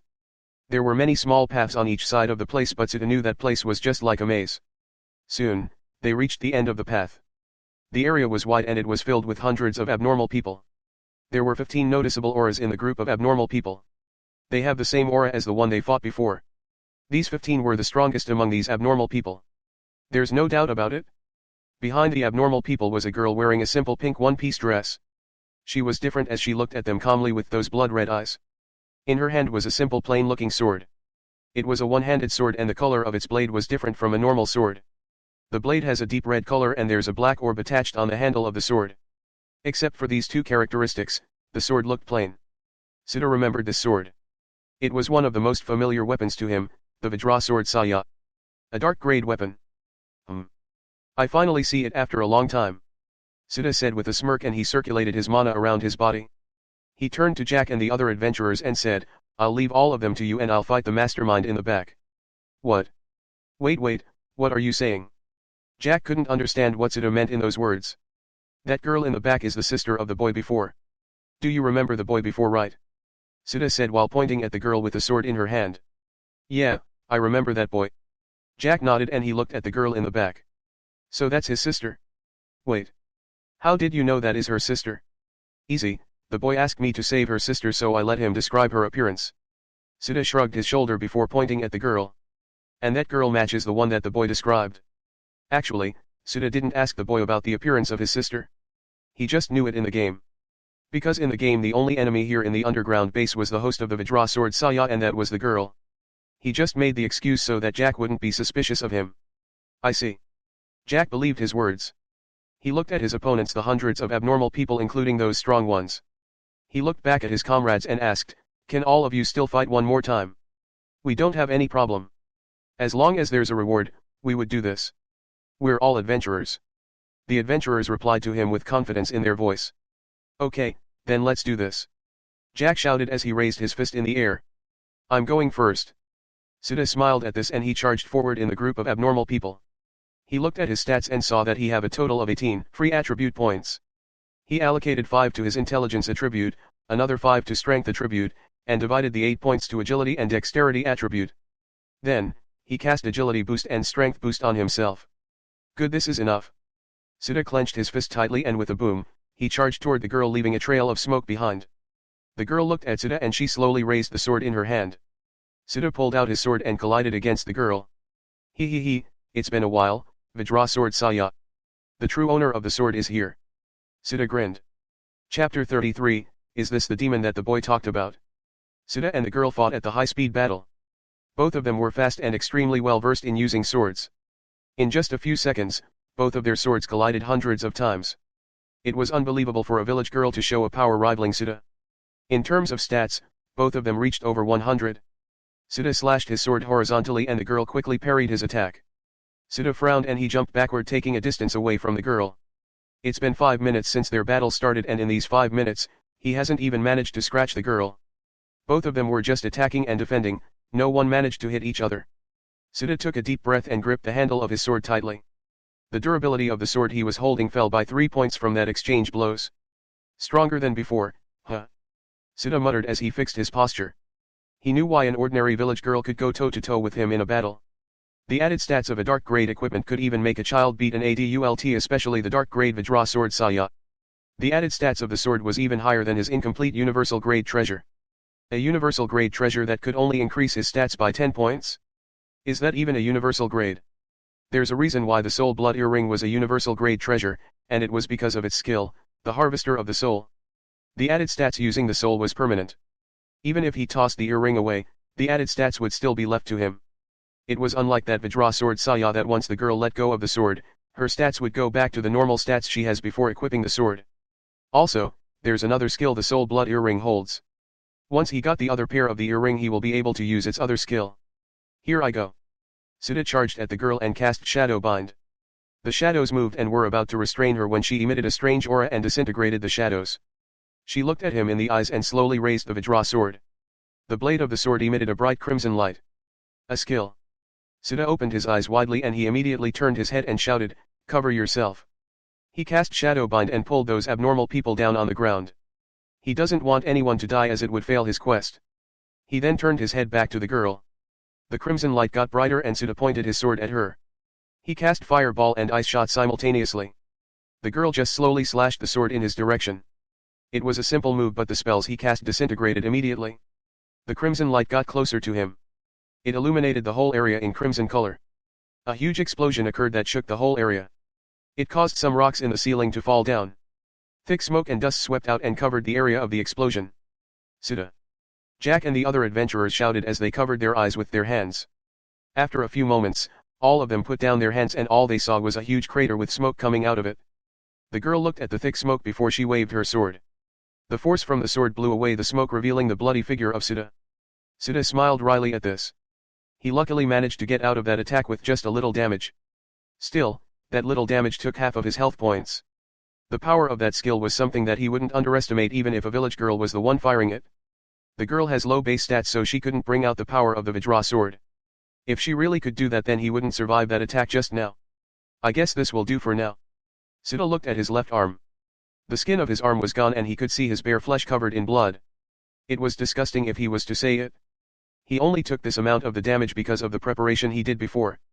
He placed mud slide in front of the girl, so as soon as she stepped forward and slashed her sword, her foot sunk through the mud. He then used shadow bind to pull her down, so the trajectory of the slash was slightly off. After that, he used the skill stab on the ground 4 times before slashing it. He shot the boulder in front of him to block the attack of the girl. Even with all that, it still took his left arm. He couldn't leave because the other people will die if he avoided the attack. Tisk. Not bad. Sita threw the handle of the sword on the ground. His sword broke from the collision and he used his left arm to block the attack after the sword broke. Jack. Give me your sword. Sita shouted. Jack came back to his senses when he heard Sita's loud voice. He gripped his sword and threw it toward Sita. Sita caught the sword and quickly used dash to zoom in the distance between him and the girl. He then used stab 4 times in a row. The girl lifted up her sword and parried his attacks. Grey. The abnormal people growled loudly as the shadows that were binding loosen. They grabbed the shadows and tear them apart. They all looked at Sita with crazed eyes. Guys. Let's stop them. Jack shouted as he charged towards the group of abnormal people. Don't interfere in their fight. The scout and the others shouted as they rushed towards the abnormal people. I will show you why I become a rank D adventurer. Jack shouted as he released a very powerful mana. He grabbed the head of the abnormal person and smashed it on the other people. Jack looked up and saw 2 strong abnormal people going down straight at him. Good. Come. Jack pulled back both of his hands and clashed against the strong abnormal people. They did everything they could to stop those abnormal people. Even those strong ones were stopped by them. While Jack and the others were fighting those abnormal people, Sita was fighting the host of the Vajra sword, Saya. I just need to separate the sword from her. Sita closed the distance and slashed his sword. Metallic sound echoed in the whole area. Sparks flew each time their sword clashed. Bind her. Sita jumped and cast shadow bind. The girl simply cut the shadows in half. Then, her foot once again sunk down in the mud. She raised her sword and she was about to stab it on the ground when Sita once again cast shadow bind. You're quite lucky that it's only a level 5 spell. If shadow bind is a level 10 spell, then you wouldn't be able to cut it with your current powers. Sita smirked and used stab quickly so that she would not have a time to cut the shadows. The girl wanted to jump away, but her right foot was deep inside the mud. She parried his sword attack, but then the shadows bind her arms. A cut appeared on her right arm. It caused her to loosen her grip on the sword. Sita used this opportunity to smash the Vajra sword in her hand. But before he could smash the Vajra sword, the girl opened her mouth widely and screamed. This was no ordinary scream, as there was force behind it. Sita gritted his teeth and raised his injured left hand to block her attack. Blood burst out of his left hand as the veins inside it exploded. He didn't stop and smashed the Vajra sword out of the girl's hand. The sword flew in the mid-air before it fell down, piercing the ground halfway in. At the same time, the girl and the other abnormal people stopped moving. It was because Sita managed to separate the girl from the sword. The Vajra sword Saya was the one who's influencing the other people through the body of the girl, the host of the sword. So the link between them snapped the moment the sword got separated from the girl. Sita took a long breath as he lowered his hands. The girl fell down and Sita caught her before she reaches the ground. He looked around and saw the other people falling down like a domino. Is it over? Jack looked around. Nice. It was hard to fight them without using a skill to kill. At last. Yes. The adventurers started discussing among themselves. Their tone was different from before. It has a hint of happiness. Congratulations on completing the rescue quest. You've received 10,000 EXP, 10 free attribute points, and 2 skill points. Congratulations on completing the savior quest. You've received 15,000 EXP and 3 skill points. Sita checked the rewards that he received and felt quite satisfied with it. He then noticed something. He only completed 2 quests and he received a total of 4 quests before. He finished the herb gathering before and now he completed the other 2. It means that he still hasn't fully completed the other quest. He checked the quest and was surprised. Elimination, find and eliminate the cause of this incident. Rewards, 15,000 EXP, 5 free attribute points, 2 skill points. Eliminate the cause. Sita quickly turned around and saw the sword was emitting a crimson light. The aura was stronger than before. Oi oi. This is not in the game. A silhouette of a woman appeared before the Vajra sword Saya. The figure of the woman was red and it has two horns sticking out on the side of its head. It has no face and doesn't have genitals, but its figure was like a woman. Is this the demon that boy talked about? But this is clearly not a demon. Chapter 34, Battling the Red Woman. A figure of a woman appeared before the Vajra sword. Her skin was red in color and there were two horns sticking out on the side of her head. She has no genitals and face. She was emitting a powerful energy to the point that people could see it with their own two eyes. It was red in color and looked like blood vessels that were pulsing in the air. What the hell is this? Sita looked at the figure of the woman before the Vajra sword. If he wasn't wrong, the Vajra sword doesn't have a skill like this one. It only has 3 skills, and that was the Crimson Moon, Cross Moon, and Possession. The Crimson Moon was the skill that the girl used before, and Cross Moon was a combat arts just like the first skill, while the Possession was a skill that will increase the user's stats. Jack. Be careful, this one is different from before. Be ready to wake up everyone and take them away from this place. Sita said in a loud voice. His eyes didn't leave the woman for a single second. He was wary at this unknown woman who appeared out of nowhere. The woman reached out her hand and grabbed the handle of the Vajra sword. She slowly pulled it out and roared in a loud voice. Raya! The roar shook the entire ground as debris of rocks started to fall down. Should I test her out? Sita muttered and he looked at his stats. Health, 164/336. Stamina, 81/148. Mana, 120/280. He lost too much health from the attack before and he consumed his stamina because he was fighting non-stop since morning. There's only 120 mana left in his mana pool, and for him, this was enough to finish some low-level boss. He could still fight with these stats. Sita lifted up his head and looked at the red woman. He slowly took a step backward and placed the girl in the corner. The girl was the host of the Vajra sword Saya. He then bent his knees and threw himself towards the woman. He gripped the sword tightly in his hand and swung it toward the red woman. The red woman slightly bent her body backward and avoided his sword by a hair's breadth. She then waved the Vajra sword in front of her. Sita pulled back his sword quickly and used it to block the Vajra sword. He felt his hand getting numb when his sword and the Vajra sword collided. Sita kicked the ground and jumped away, gaining a distance. He observed the red woman with his eyes.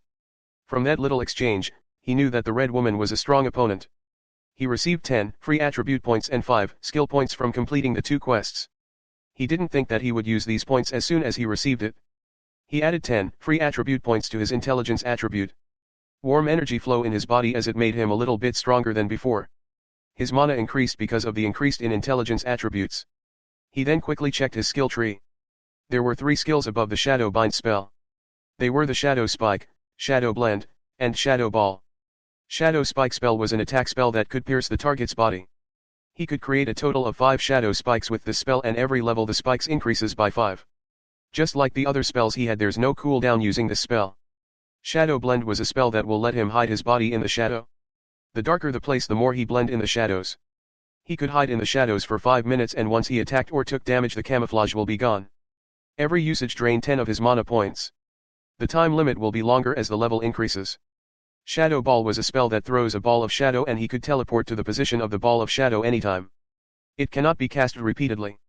Once the shadow ball was gone, only then that he could cast another shadow ball. As long as the ball was in the field, he could not cast it again.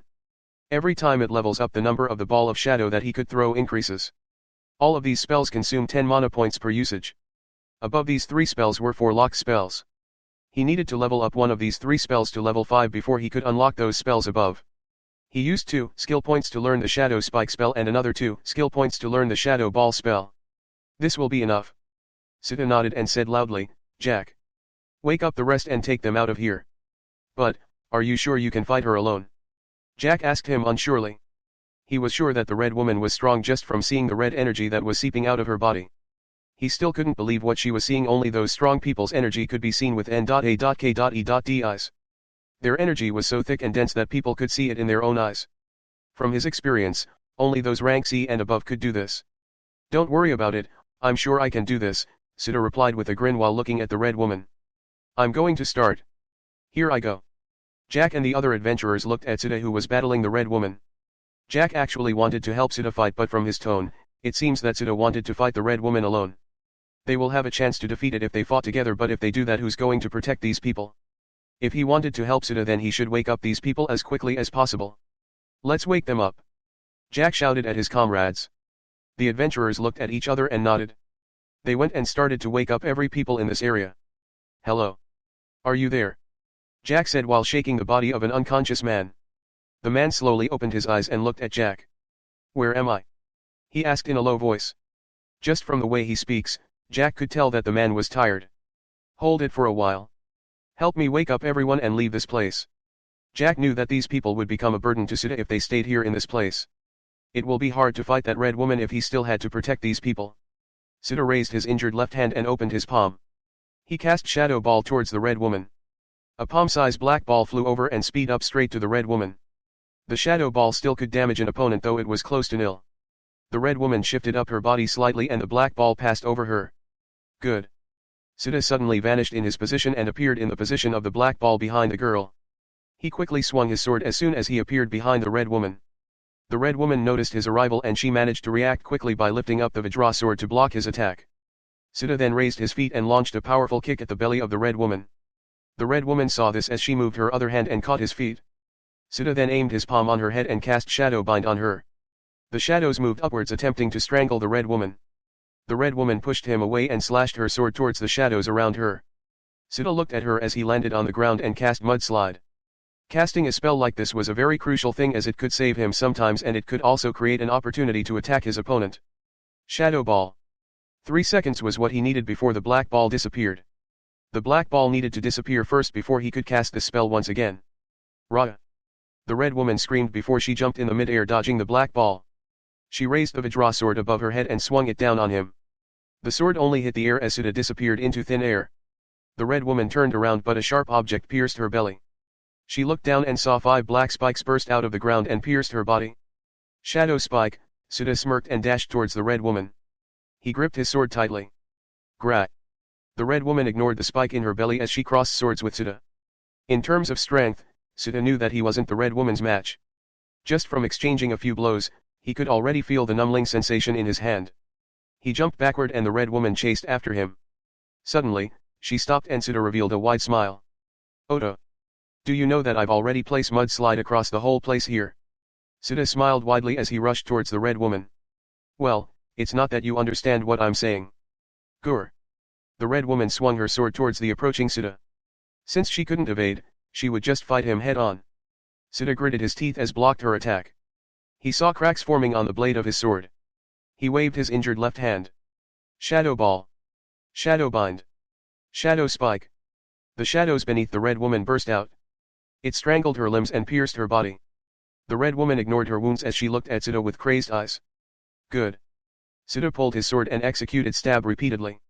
Holes kept appearing in the body of the red woman. Despite that, there's no blood that was pouring out of her wounds. There were many strange creatures in this world so Sita thought that everything would be possible with her. After a few moments, Sita stopped as the spells that he cast dissipated into thin air. Huff. Huff. He was extremely tired and he drained his mana to 0. In his current condition, he couldn't even cast a single spell. Jack looked at Sita and saw the situation. Some of the people already left this place but there were still people left here. It was because they have injuries that they couldn't stand on their own. Jack sighed as he thought that Sita won the battle. Then he noticed something from the red woman. Sita. She's still alive. He shouted as he stood up and rushed towards Sita. Sita lifted up his head and saw the red woman slowly stood up. Even after all that she still stood up. Haha, this is bad. Sita smiled wryly at the red woman. Grat. The red woman charged at him with great speed. She was still fast even though she has an injured body. Jack appeared in front of Sita and shot a punch at the red woman. He quickly followed it up by kicking. Huff. Sita took a deep breath and looked at the red woman that was battling Jack. After a few moments, he saw an opportunity and he immediately threw himself on the red woman. His sword pierced the shoulder of the woman. The red woman grabbed the sword and her body shook as Jack delivered a powerful blow on her belly. Gur. She raised the Vajra sword. She was about to slash it when an arrow pierced her wrist. Jack and Sita turned their head. Both of them saw that the other adventurers were going to help them fight. We already wake them up. They said that they will go up on their own. Yeah, they said that they will help each other and they don't need us there as you need us more than them. A grin slowly formed on Sita's face. Okay, let's finish this one. Chapter 35, Completing the Quest. Sita crossed sword with the red woman. Jack and Sita were the ones fighting in the front while the other adventurers provided support to them. Jack and Sita jumped backward and several arrows flew straight to the red woman. The red woman just blocked those arrows using her sword before charged towards Sita and Jack. Jack stepped forward while swinging a double-handed sword in his hands.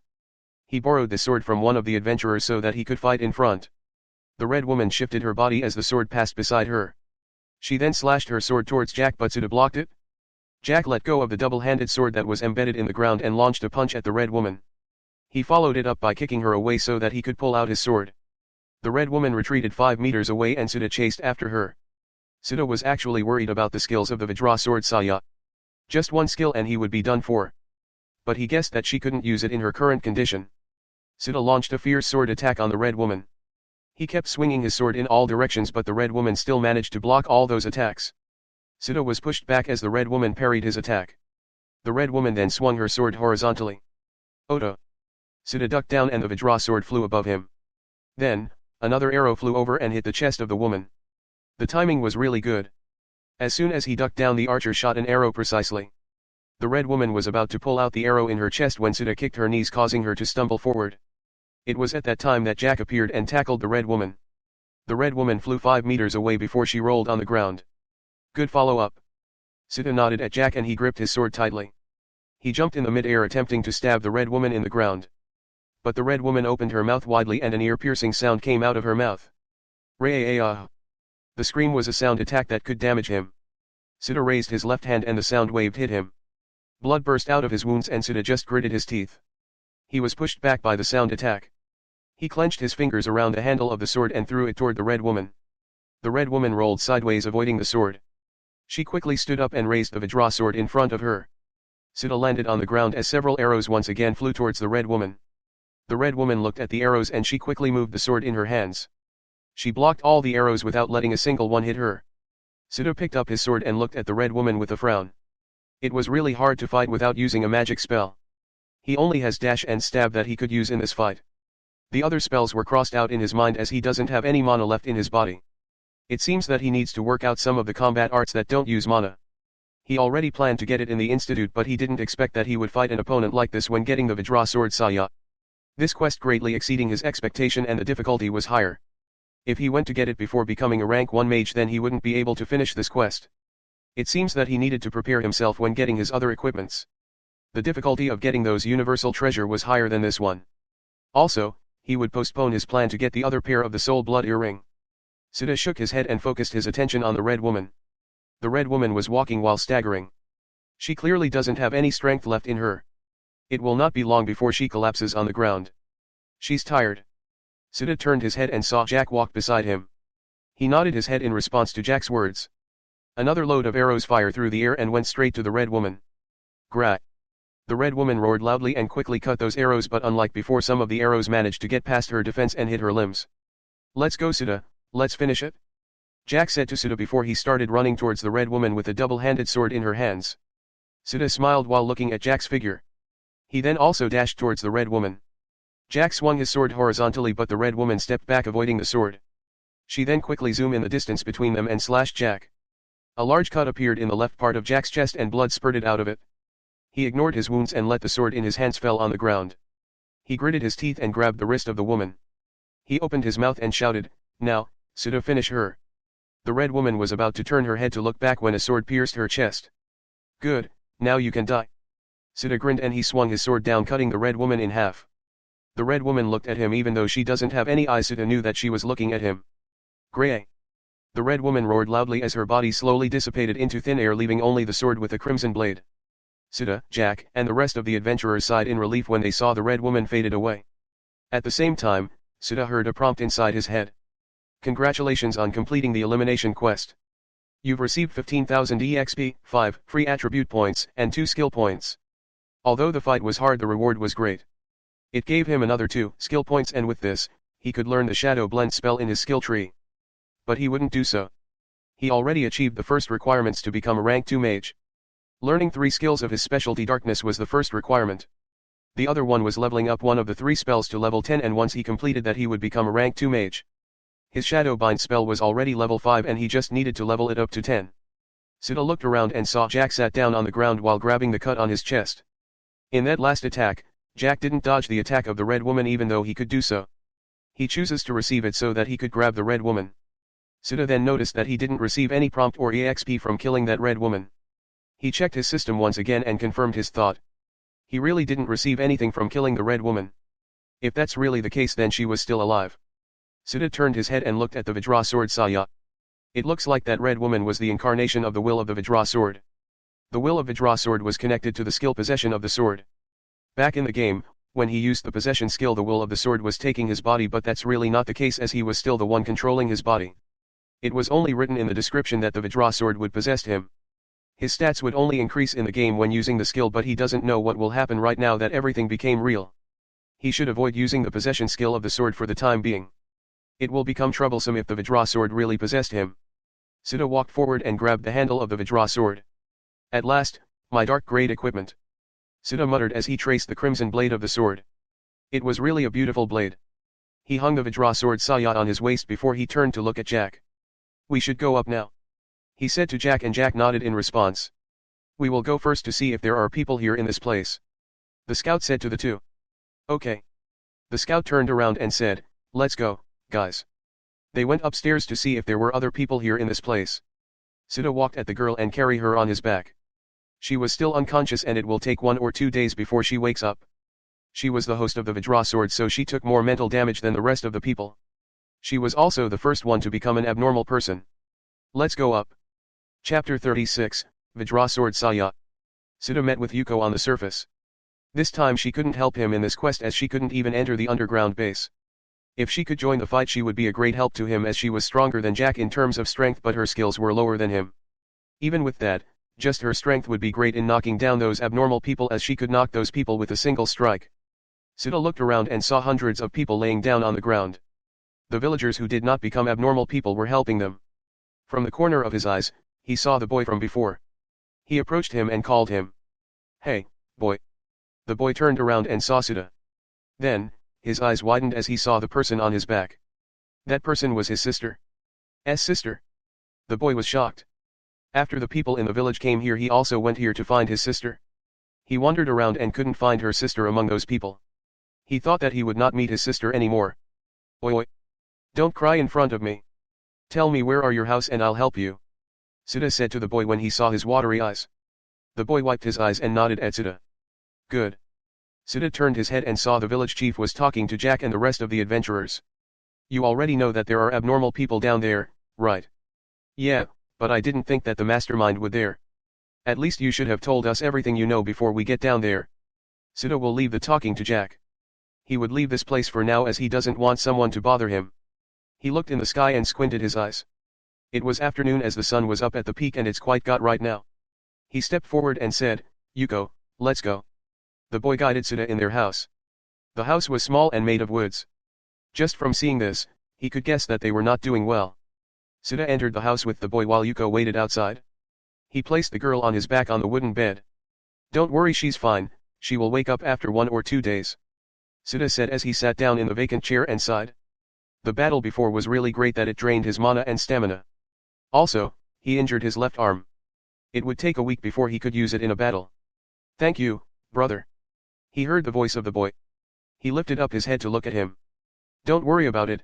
Well, do you have any bandage here? Suda asked the boy. Yes, we have some here. The boy immediately went to the drawer and took out bandages. He handed it to Suda. Thanks. Suda received the bandages from the boy. He stood up and asked, where's your bathroom? The boy pointed at the bathroom. Even though Suda was acting like this, he still did what Suda said. After all, he was their savior, and without him, he wouldn't be able to meet his sister. Suda washed his left arm and dried it before he wrapped the bandages around his left arm. Washing his wounds gave him unbearable pain, and he could only grit his teeth. After that, he went outside of the house and sat beside Yuko. She licked his cheek and Suda let her be. He doesn't have the strength to stop what she's doing, as all he wanted right now was to rest. He looked at the blue sky and said, do you know, Yuko, that I'm a powerful person in this world before? At that time, people called me the top ranker. Yuko just looked at him with a confused expression. Actually, I'm quite scared. When I first arrived here, no, even now I'm still scared about everything. I just hid it deeply in my heart and treat all this as a game to lessen it. Suda paused for a moment before he continued, I don't know what am I or why am I here. Even though I could clearly remember the me in the game, I still couldn't remember the me on Earth. I only remember my name and some basic things in the past. Mew. Yuko tilted her head as she couldn't understand what he was saying. Suda found it weird that he couldn't clearly remember his past. It seemed that something important happened on the earth before he came here. Although he couldn't remember, he still felt that it was very important to him. Let's stop thinking about gloomy things. Suda shook his head. He then grabbed the handle of the sword on his waist and pulled it out. Shing. This sword was the dark grade weapon, Vajra sword Saya. It was a very powerful weapon among all the dark grade equipment. The blade of the sword was really beautiful with its crimson color. He registered it as equip in the system so that he could saw its details. Suda felt a huge increase in his stats by requiring the Vajra sword Saya. It was especially great in his dexterity and agility stats. The increase was enormous to the point that he was 100% faster than before, no, more like 200% faster. Vajra sword Saya, dark, a powerful sword from ancient times. It's said that it was the sacred sword of the Vajra race. But no one really knows its origin. Effect, plus 200 agility and dexterity attributes, plus 50 intelligence and strength attributes, plus 50% physical damage, plus 80% energy resistance. Skill 1, Crimson Moon, it created a moon-like slash that could heavily damage the target. Plus 100% physical damage. Skill 2, Cross Moon, it could create a cross slashed in the mid-air and the user could control it in any direction. It deals true damage and corrupts the target energy pool. Cost, 50 mana. Skill 3, Possession, the will of the sword will possess the host and it will greatly increase all the attributes. Effect, plus 50% to all stats and abilities when activated. As expected of one of the most powerful dark grade equipment. With these stats, it could make the user become stronger multiple times. Just like what happened to that girl. She's just an ordinary village girl, but when she used the sword it made her strong enough to go fight him toe to toe. Luckily, her movement was that of an amateur and it's very predictable. She was just so fast and could react instantly to his every attack. She wouldn't be able to injure his left arm if not for him protecting the other people. Even with the skills of the sword wasn't enough to defeat him as long as Suda could predict its trajectory. The strange red woman too. Her strength was strong, but it's not to the point that it was overwhelming. He felt that the added attributes of the sword didn't work on her. If that's really the case, then she would become stronger than the rest of them and will not have any chance to defeat her. He wouldn't want to use the skill Possession because he doesn't know whether it was the same in the game that it will only increase his stats or like the abnormal people here that the will of the sword controlled them. This was the only sword he could use right now, as the yellow grade sword that he used before only have 1 durability points. Durability point. After red grade equipment, the dark and universal grade equipments doesn't have any durability points. A person could only break this grade of equipment by fulfilling certain requirements. Back in the game, there was a certain guild that used all their resources to fulfill all the requirements needed to break the equipment of the guild master of their rival guild. Fulfilling the conditions was really hard, as sometimes it can only be found on other continents. It's all worth it? Suda smiled and he hung the sword on his waist. He then stood up and patted his clothes. Suddenly, the door behind him opened and the boy came out. He looked at Suda before he bowed his head.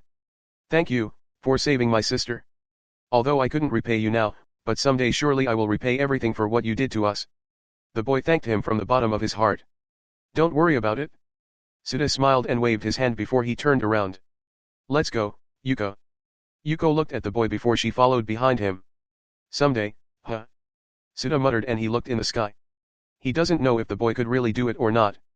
Well, it doesn't matter to him as he didn't do it for him or his sister. He only did it for the quest and the Vajra sword Saya. Suda and Yuko went to the inn that he checked in yesterday. He hadn't slept in this inn last night because of the appearance of the abnormal people.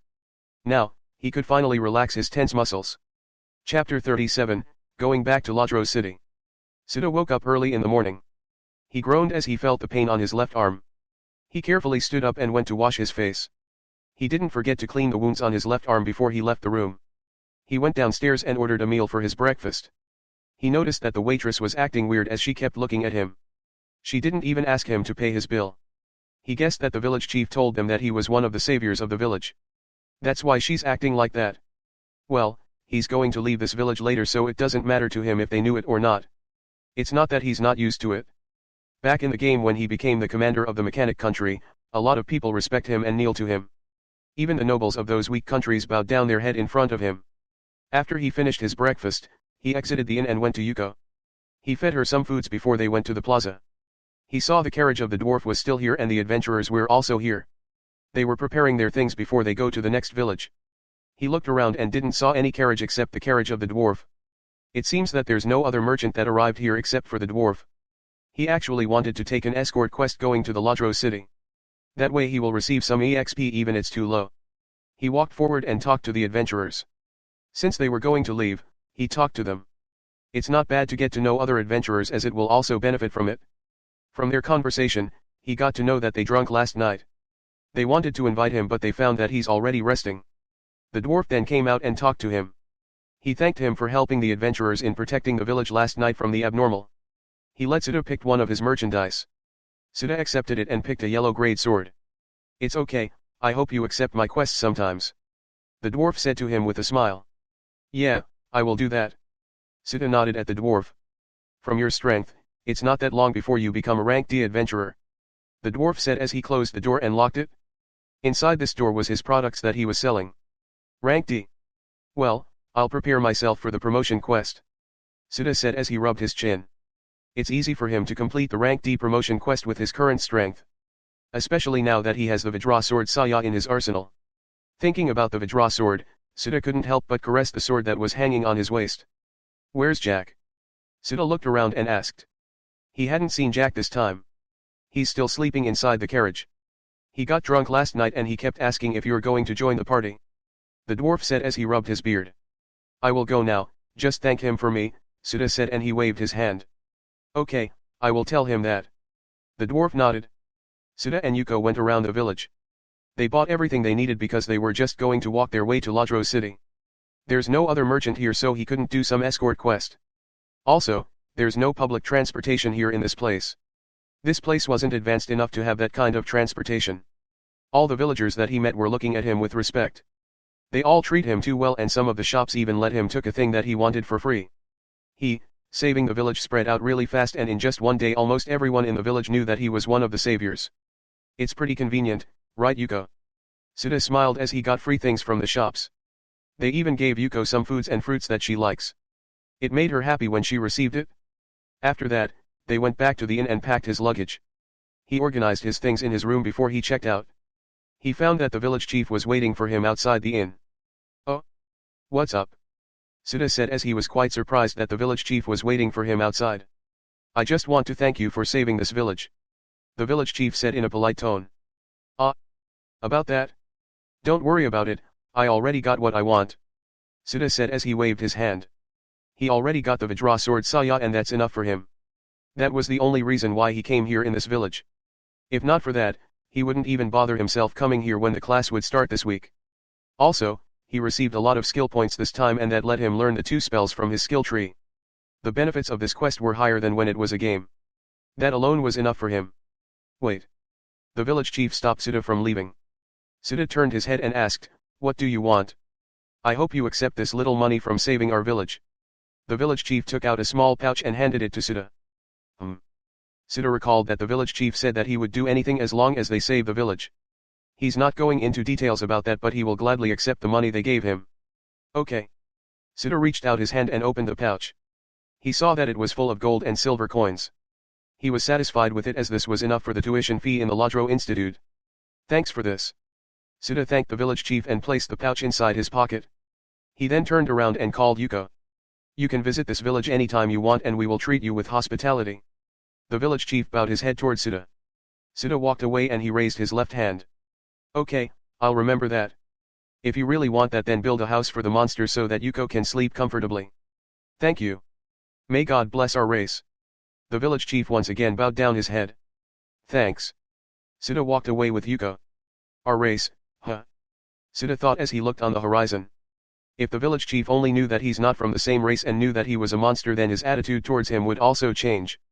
He knew that it's only a matter of time before they knew that he was a monster.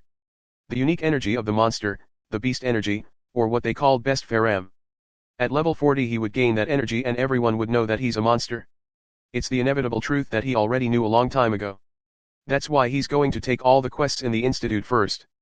No, he's going to learn without using the system. He will try if he could learn a skill without using the skill points. He's going to use his time in the institute to learn all the things that he needed to know. The village chief straightened his back and looked at the figure of Suda. His eyes filled with respect and admiration. Good luck. I hope you help a lot of people on your journey. He muttered in a low voice. In the carriage, Jack woke up when Suda left. He stood up and felt dizzy. Ah. Damn. He cursed as he exited the carriage and saw that everyone was preparing to leave. Where's Suda? He asked one of the adventurers. Him. He already left a while ago. The adventurer answered his question. Damn. That guy. Leaving without saying anything. Jack cursed. Actually, he bid farewell to us saying that he will go back to the city. The adventurer said while scratching the back of his head. Ah. Then, why didn't you wake me up? Jack opened his eyes widely at the adventurer's words. Well, you're sleeping here with a satisfied expression, so we thought that we shouldn't bother you. The adventurer smiled wryly. Damn. Why would you do that? It took Suda and Yuko 2 days before they arrived in Lodro City. The city was the same as before. Well, it's only been 4 days, so it's unlike that something will change the city. They went straight to the inn and left there his baggage before they go to the Adventurers Guild. He still has 3 days before the class starts, so he's going to use this time to complete some quests. Just like that, 3 days have passed quickly. It was his first day at the Lodro Institute as a student. Chapter 38, Start of Class 1. Suda woke up early in the morning. He sat on the bed and looked outside the window. As expected, a lot of people were already awake at this time. They already start another day of their life even before the sun rises. What a good morning. Suda stood up and stretched his body. This was the start of his class at Lodro Institute, so he couldn't afford to be late on his first day. He doesn't want to leave a bad impression on his first day. After that, he went to wash his face in the bathroom. He also didn't forget to change to bandages on his left arm. The wounds were already closed and Suda guessed that it would take 2 days before it completely healed. He then wore a normal white shirt and black pants. He knew that he will get the uniform of the Lodro Institute, so he couldn't wear the normal leather armor that he always wore. The uniform of the Lodro Institute was a yellow grade equipment and it has the same grade as his armor. Even though they were of the same grade, the attributes he added from the uniform were higher than his leather armor that was made of high kobold's hide. He looked around and found the Vajra sword in the corner of the room. He picked it up and hung it on his waist. There's no weapon ban in the Lodro Institute and every student could bring their own weapon in the institute. The institute didn't forbid it, as the institute didn't only teach knowledge but also skills on how to fight and defend themselves. In this world, it's natural for the children to know some fighting skills. Right now, he only used bandages to wrap the crimson blade of the sword as it doesn't have any scabbard. He planned to go to a weaponsmith and asked a custom-made scabbard for the Vajra sword Saya. After he checked his things thoroughly, he went downstairs to have his breakfast. The same as always. Suda said as he sat down in a vacant chair. He waited for a while before the waitress came out with his order. The waitress placed down his order on the top of his table. While placing down his order, she opened her mouth and asked him a question. You've been out for 4 whole days, where have you been? Suda shrugged his shoulder and replied, well, some escort quest to the village around the city. Escort quest, huh? It's really hard to become an adventurer. The waitress said. At first it's hard, but once you get used to it you will find it enjoyable, as you will see many things that you wouldn't see in a city like this, Suda said as he picked up the fork and spoon. Thanks for the food. He said before he dug down the food that he ordered. Enjoy your meal. The waitress said before she left. Suda exited the inn and went to the ranch. He found Yuko there and fed her breakfast. Yuko, I'll be going to institute, so be a good girl and stay here for a while. Suda looked at Yuko, who was munching her food. He reached out his hand and patted her head, causing her to whimper comfortably. He smiled before he stood up. He turned around and departed. The city was already filled with different kinds of people early in the morning. They have different traits and skin color. Actually, only this part of the city was filled with people, as this was close to the market and adventurers guild. It's not like this in the residential area of the city where the folks live. The Lodro city was divided into 5 districts and each district has its own huge market and residential area. The population of the city surpassed 50,000, excluding the adventurers who didn't have permanent living quarters. Actually, Lodro City was one of the smallest city in the whole kingdom and have the lowest population. After all, this city was just a border city. The Hebre Kingdom was a large kingdom and it was founded 300 years ago. It was drawn in the continental map and only huge countries or kingdoms have the right to be drawn there. They were not like small countries or kingdom that can be easily destroyed by some large monster tide or terrorist group. The Hebre Kingdom has a total of 120 cities around its territory, and border cities were the smallest cities in the whole kingdom, having a population of 50,000 and only 10,000 of them were military force. The other cities have a population surpassing 100,000. Comparing to border city, it's twice as huge as the border city. There's a reason why Lodro City was famous throughout the whole kingdom. It was because of the Lodro Institute. Lodro Institute was one of the greatest institutes in the whole southern part of the kingdom. It produces many powerful people such as the captain of the royal guards. The only reason why Suda knew the ins and outs of the Ladro city was because he did some quests here in the game. If he wasn't wrong, it was about the time when the demon invades the continent. Suda entered the weapon shop. He looked around and saw many colorless grade equipment, and some of them were yellow grades. He approached the salesman and said, "I want to order a custom-made scabbard for my sword." "A scabbard, sir?" The salesman was a man with purple color skin. He has a furry purple tail sticking out of his back and his ears were pointed just like an elf. He must be a half-moon elf and half-beast folk. It's not pretty rare to see a hybrid in huge kingdoms. "Yes, a scabbard for this one." Suda nodded as he raised the Vajra sword Saya. "Please wait a moment, sir," the salesman said before he went inside a room. After a while, he came back with a dwarf. The dwarf looked at the sword in Suda's hand and said, "What a good sword." "Yeah." Suda nodded. If the dwarf knew that it was a dark grade weapon, he would believe his eyes. It was pretty rare to see a dark grade weapon even in a huge kingdom such as this one. "Can you entrust your sword on me for a while? I will measure its size so that I can make a perfect scabbard for your sword," the dwarf said to him. Suda nodded and handed his sword to the dwarf. He's actually reluctant to hand the Vajra sword as he knew that there's a chance that the dwarf would be possessed just like those abnormal people in the Bulmar village. But when he thought that he already defeated the red woman, he gave up his thoughts. He just needed to raise his guard in case the same thing happened. He was sure that he would be able to handle it easily. He would be able to separate the sword from the dwarf in this distance without having much problem. "You can do it here," Suda said with a serious expression. "Hey, I'm not going to run away with your sword." The dwarf felt that Suda didn't trust him. "I'm not worried about that, I'm worried about different things." Suda shook his head. "And what is it?" the dwarf asked. "Nothing," Suda replied and didn't say anything more than this. The dwarf also didn't say anything. He just went to get his measuring equipments and proceeded to do his thing. After a few minutes, the dwarf finished measuring the size of the scabbard. He gave back the sword to Suda and he talked to Suda about the quality of the scabbard. The highest grade of equipment that the dwarf could make was blue grade. A blue grade equipment was enough for now. They proceeded to talk about the price of the scabbard. Suda accepted the price for 20 gold coins. "Okay, it will take 3 days to make that scabbard, so you can come back after that," the dwarf said and he waved his hand. "Okay." Suda nodded and exited the shop. He then headed straight to the direction of the Ladros Institute. It took him half an hour of walking before he arrived at the gate of the institute. He looked up at the huge gate before he directly entered the institute. He went to the building where he would receive his uniform. Knock. Knock. Suda knocked on the door. "Come in." A voice sounded inside the room. Suda grabbed the doorknob and opened the door. He saw that there were other students lining up to get their uniforms. "Oi. Suda." Suda turned his head when he heard someone called his name. He found that Brian, the one he met in the entrance exam, was in the line with the other new students of mage course. "You all came here pretty early, huh?" Suda said as he walked towards the group. Brian noticed that Suda's left arm was covered in bandages. "Oi. What happened to you this week that you received that kind of injury?" "It's actually nothing, it's just that something unexpected happened in the quest that I was completing." Suda shrugged his shoulder. "Ah. You're an adventurer too?" Brian raised his voice when he heard Suda's words. "You too?" Suda looked at Brian. "Yeah, I'm also an adventurer even though it's rank E," Brian said as he took out his adventurer's ID.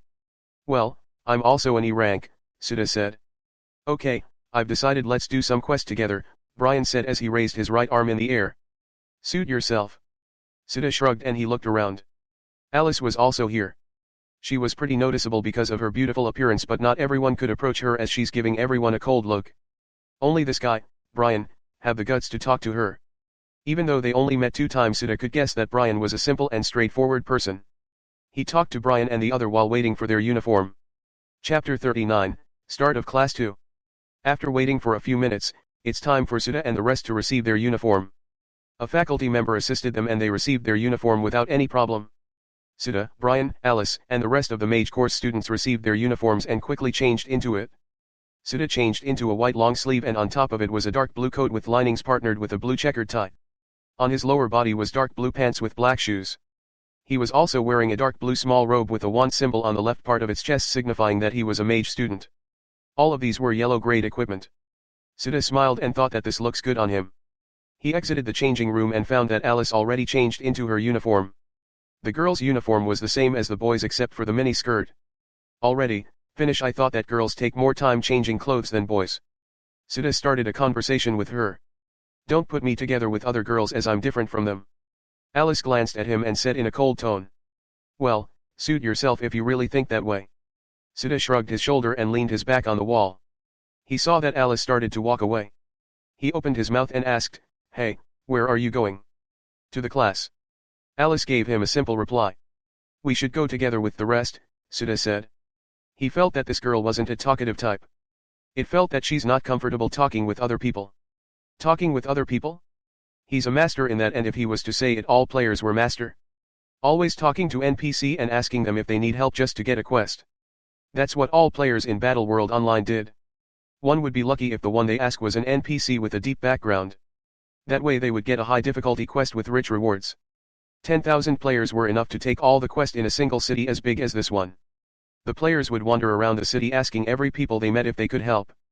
Now that Sudha thought about it, he felt that their attitude was extremely weird from the perspective of NPC. Helping others without even asking for a reward and completed those quests at the risk of their lives. It's not that the players wouldn't receive a reward. It was the system that rewarded them, just like what happened in the Bulmar village. The village chief thought that he was only doing this to help them, not for any rewards, but he doesn't know that Sudha would receive an EXP, skill points, and free attribute points for completing such quest. He couldn't help but grin when thinking about this stuff. Alice frowned when she saw Sudha grinned. He must be thinking about some weird things, she thought. Then, the door opened and Brian and the rest of the mage student came out of the room. They saw that Alice and Sudha were waiting for them outside the room. Sorry for the wait. Brian smiled wryly when he saw the two waiting for them. Don't worry about it, Sudha smirked. Umph. Alice snorted as she turned her head. Yosh. Let's go to the class, Brian said with a hint of excitement in his voice. He was eager to learn something new in this institute. He then took out a paper in his pocket. This was the map of the Ladros Institute that he drew. Okay, I found it, just follow me guys, Brian said in a loud voice. He began to lead everyone to the direction of the class. What a simple man, Sudha said with a laugh. He then followed Brian while putting both of his hands inside his pocket. Umph. What an idiot.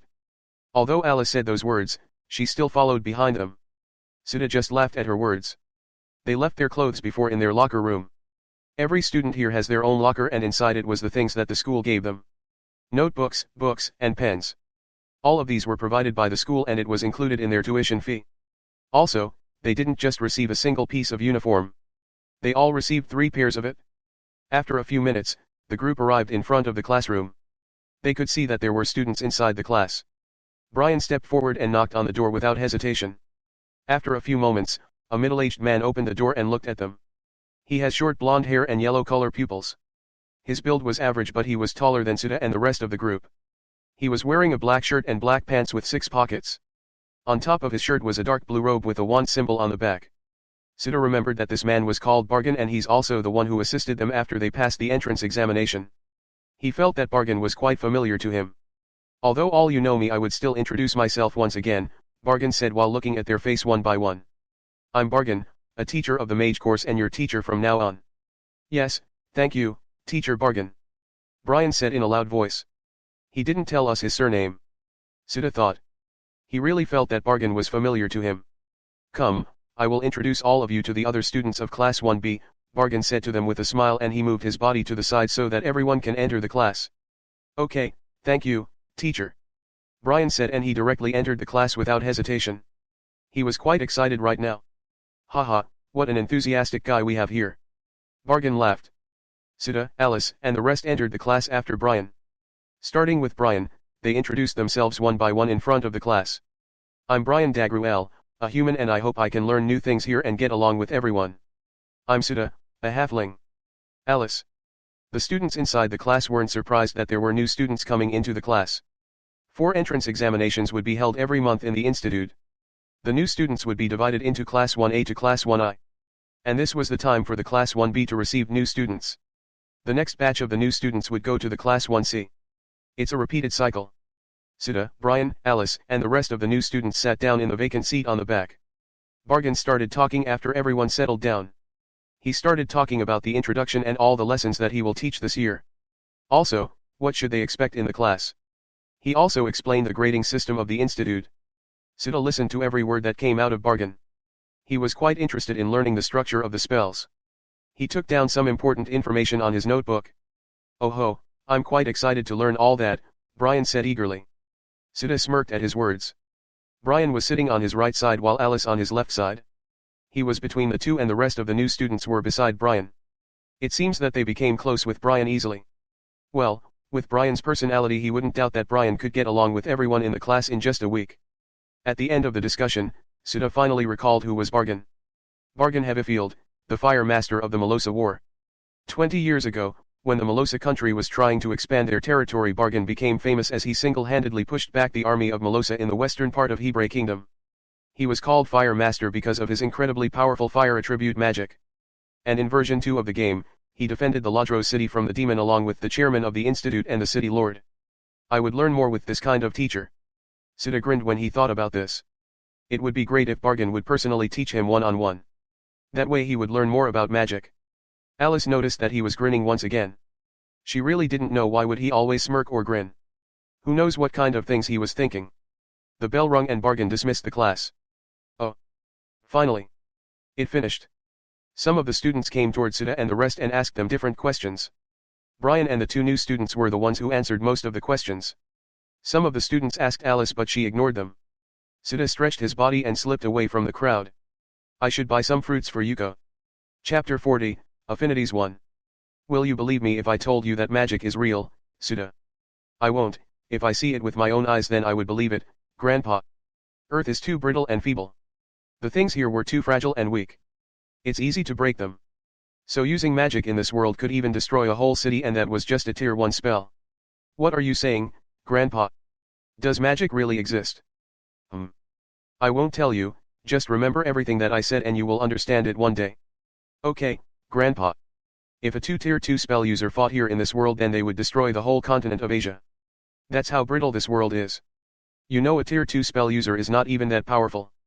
The energy here is too thin, that's why this world isn't as strong as any other world. If you used an ordinary fireball spell here it will burn all the surrounding houses here. The energy and heat coming from it are too strong for this world.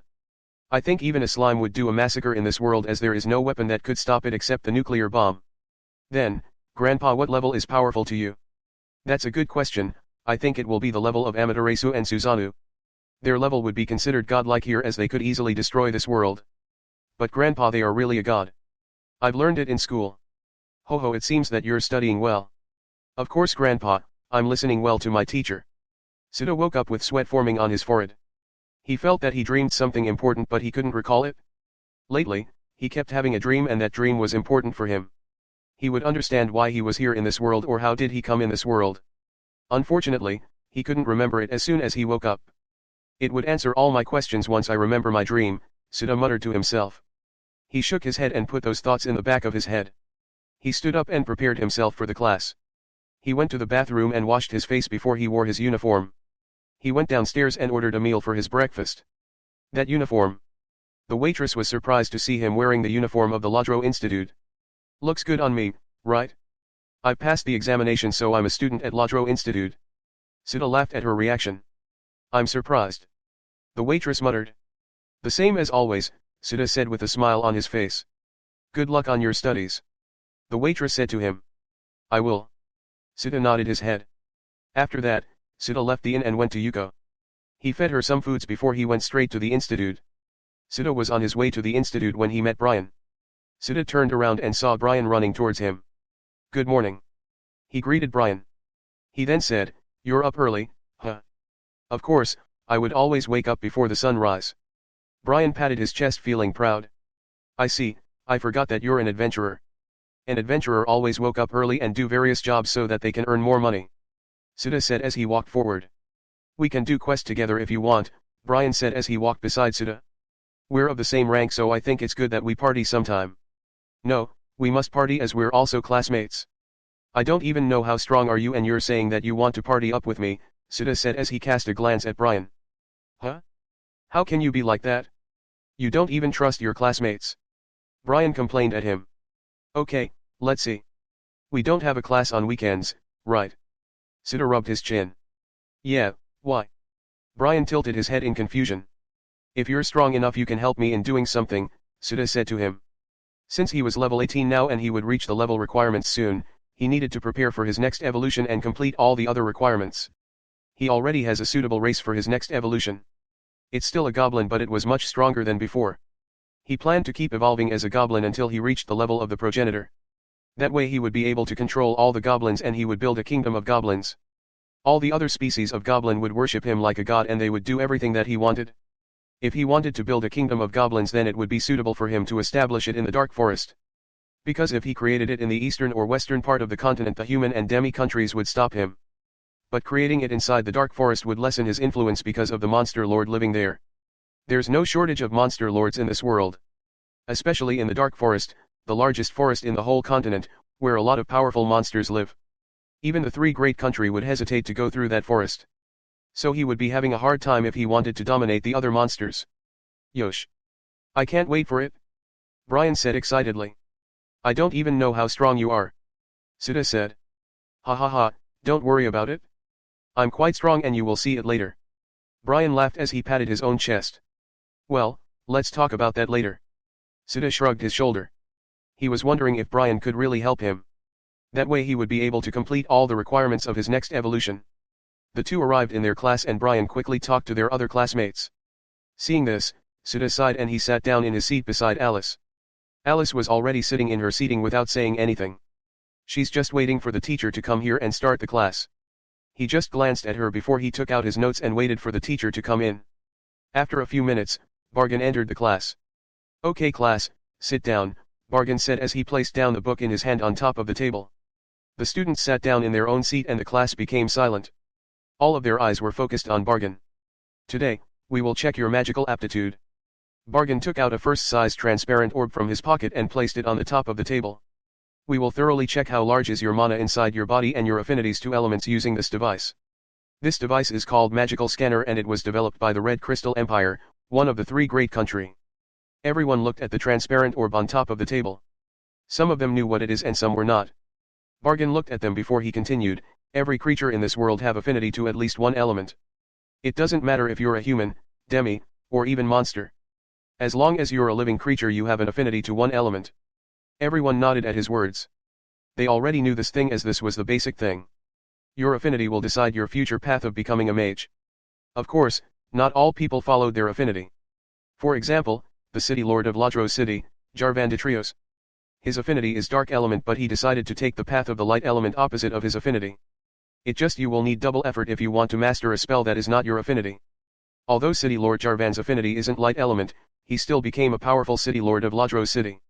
Bargain paused for a moment before he added, one more thing, the effect of your skill will be 50% more powerful if you cast a spell of your affinity. Sudha rubbed his chin. He wondered what his affinity and he was interested to know it. In the game, there's no such thing as affinity at all. Every player could learn every skill and spell as long as they met the requirements. They could even pick their own specialty once they got a class. About the energy capacity of each person. We will also check it today. We will know how large mana you can store up in your body. There are some races that are born with large energy capacity in their bodies. Such as witches, magical humans, elves, mermen, etc., and there are some that aren't born with large energy capacity like barbarians, dwarves, giants, etc. Sudha knew about it. Those races that weren't born with large energy capacity have other traits. Some were born with super strength and some were born with super speed. But don't worry about it even if you have low energy capacity as it can be trained.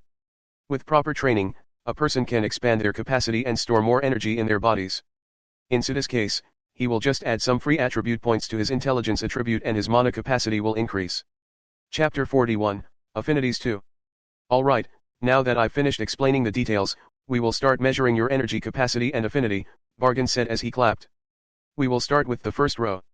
Do you understand? Yes, teacher. The students said at the same time. Their voice echoed in the whole classroom. They couldn't hide their excitement. I'm first. A petite girl stood up. She has shoulder-length blue hair. Her skin was white as snow and her blue eyes were like a crystal of ice. She wears a white big ribbon on the back of her head. She has a blue thick tail sticking out in her back. Her height was low as she was even shorter than Sudha who was a goblin. For your information, Sudha was the shortest among the boys in the class. She was the class representative of Class 1B, Lumilia Vanus Vers. Good, come here. Bargain nodded at her. Lumilia walked forward and stopped in front of the transparent orb. Just place your hand on top of it and gather your mana. Bargain's voice sounded beside her. She nodded before she raised her right hand and placed it on top of the transparent orb. She closes her eyes and circulates her mana. The transparent orb emitted a white light as soon as it made contact with her mana. It's okay to remove your hand now, Bargain said to her. Lamilia slowly opened her eyes and removed her right hand. She saw some changes in the transparent orb. There were two things inside the transparent orb and both of them were color blue. One was like a whirlpool of water while the other one was a solid crystal. And on top of these two were the glittering stars. These two things were your affinities, Bargain said while pointing at the two things inside the transparent orb. You have two affinities and they are water and ice. And the small stars in the orb are your magical capacity. So teacher, what is my magical capacity? Lamilia asked Bargain. She wouldn't know what's her magical capacity just by looking at these stars. A big star like this one is equal to 50 mana and this medium-sized star is equal to 10 mana while the smallest one is equal to 1 mana, Bargain explained to Lamilia. So counting these stars, we would know how large your magical capacity. There were 6 large stars, 2 medium-sized stars, and 7 small stars. It means that her magical capacity was 327. She could store 327 mana inside her body. As expected of a demi. They really have a large magical capacity compared to a goblin like Sita. Well, they all have different starting points. Back in the game, a human character was stronger in the first version. It was because the stats added to every level. A human and demi's added stats were 15 per level while the ordinary goblin was 1 per level. The difference was so large that it was impossible to catch up to them without evolution. But not all goblin was weak. Out of all monsters in the whole world, the goblin was a monster that has a lot of subspecies. And most of them were very powerful and brutal. Back in the Great War, there was even a record that 3 goblin executioner, a higher species of a goblin, killed an adu.l.t dragon and ate its flesh. It was recorded in the library of the 3 great country. Humans and demis feared this higher species, no, they all feared all the monsters, that's why they hunted and killed them when the monsters were still in their first evolution. Even a simple slime was fearful enough as long as it reached the level of higher species. Consuming a whole country was a feat of a really powerful slime in ancient times. One by one the students measured their magical capacity and got to know their elemental affinities. The students' magical capacity was between 200 and 300. And most of their affinity was 1 and some of them were 2 like the class rep. Should Sutta say as expected of humans and demis? Their starting point was clearly higher than the monster. No, there were some exceptions about that, like dragons. Dragons were born powerful compared to the other monsters but their evolution was complicated and they would evolve once every 20 years. Other talented monsters would keep evolving in those 20 years and gain the power to slay them. Not every monster evolve as some of them stay in their lowest form and died of old age or in battle.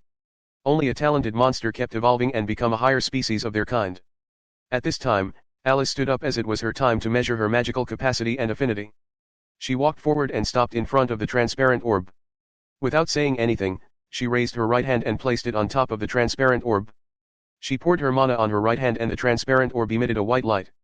After a few moments, Alice removed her hand and looked at the transparent orb. Sita looked curiously at her result. He was interested in her as he felt that she was different from the other students in his class.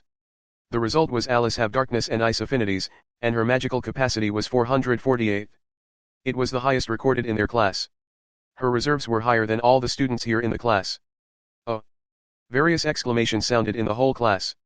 They were surprised that a new student has a higher magical capacity than the rest of them. Even Bargain was surprised when he saw this. He knew that she was talented but not to this extent. Alice was now the top in the class in terms of mana capacity. The second was Lamilia, the class representative. Darkness, huh? Sita muttered. In the entrance examination, Alice only used ice attribute spells. She didn't even use any other type of spells.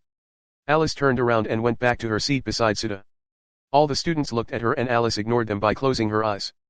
That's a good result you have there, Sita said and he stood up. I guess it's my turn. Actually, he didn't need to measure his magical capacity as he could see it in his system. Even with the added effect of the Vajra sword he only has 380 mana. If not for the Vajra sword his mana would be 280. He would only do this because of the affinity. Good luck, Sita. Brian said to him. Sita walked leisurely and placed his hand on top of the transparent orb. He controlled his mana using the skill mana manipulation and the orb emitted the same light as before. Alice who was sitting in the back slightly opened her eyes. She looked at the orb in front of Sita before she once again closed her eyes. That's good, you're the second highest here. Brian's voice sounded. Just like in the system his magical capacity was the same in the transparent orb. Sita was quite surprised that this transparent orb could accurately measure a person's magical capacity. It could even compare to the system in terms of measurement. With this, Suda was the highest before Alice and the third was Lumilia as her magical capacity was only 327. Everyone looked at him just like what they did to Alice. Suda saw that his elemental affinity was darkness. Yes, only darkness. The darkness almost turned the whole orb into black. Darkness? Is it because of my specialty? Suda wondered. He already guessed it before, but to think that his specialty was really his affinity. Well, that's a good result. Suda shrugged and he turned around. Not much. Alice said. Suda looked at her and couldn't believe that she talked to him. There must be something wrong in her head. He shrugged his shoulder and sat down. He said, that's already passable for me. Suda then turned to his right side and patted Brian's shoulder. He said, if it's lower than my result then I wouldn't bring you in my quest this weekend. Ah. What are you saying? This is not related to my combat prowess. It's just a measurement. Brian complained. Ha ha ha. I know. Suda laughed. He noticed that everyone was looking at him and then at Brian. They were wondering if Brian was like him and Alice that have a high magical capacity. Thinking about this, Suda couldn't help but smirk. He was wondering what would be their reaction if they knew that he only have a 2 mana capacity a few weeks ago. Brian stood up and walked straight towards the transparent orb. He couldn't hide the excitement in his face. The orb emitted a light as soon as he placed his hand on top of it. He then looked at Bargain asking if it was okay to remove his hand or not. You can remove your hand, Bargain said. Okay, Brian said, and he placed down his hand in his side. Everyone looked at his result. Both Suda and Alice have a high result, so they couldn't help but think that Brian was like them. And the result didn't disappoint everyone. His mana capacity was even higher than Suda. 411 was his mana capacity. It wasn't that shocking anymore as Alice was still higher than him, but still, over 400 mana capacity was surprising. And the result of his affinity even shocked Suda, who was looking in the back. Everyone opened their eyes widely when they saw Brian's elemental affinities. Alice, who was in the back, also opened her eyes widely.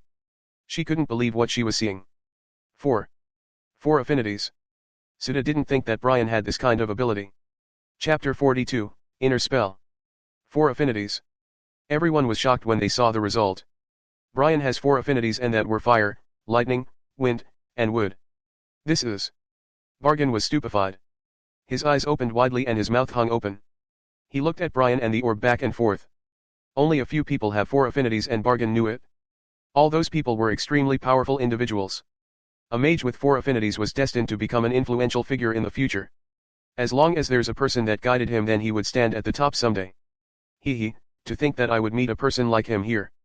Suda laughed and tried to recall if there's a person named Brian Dagruel back in the game. But to no avail, he couldn't remember a person that has the name Brian Dagruel in the game. This is really something else. The future I know may be not the same as the future here. Suda thought with a grin on his face. The present time was going in a direction that he doesn't know. Even Alice, who was always silent, was showing a surprised expression on her face. Brian turned around and went back to his seat under the gaze of all students in the class. How is it?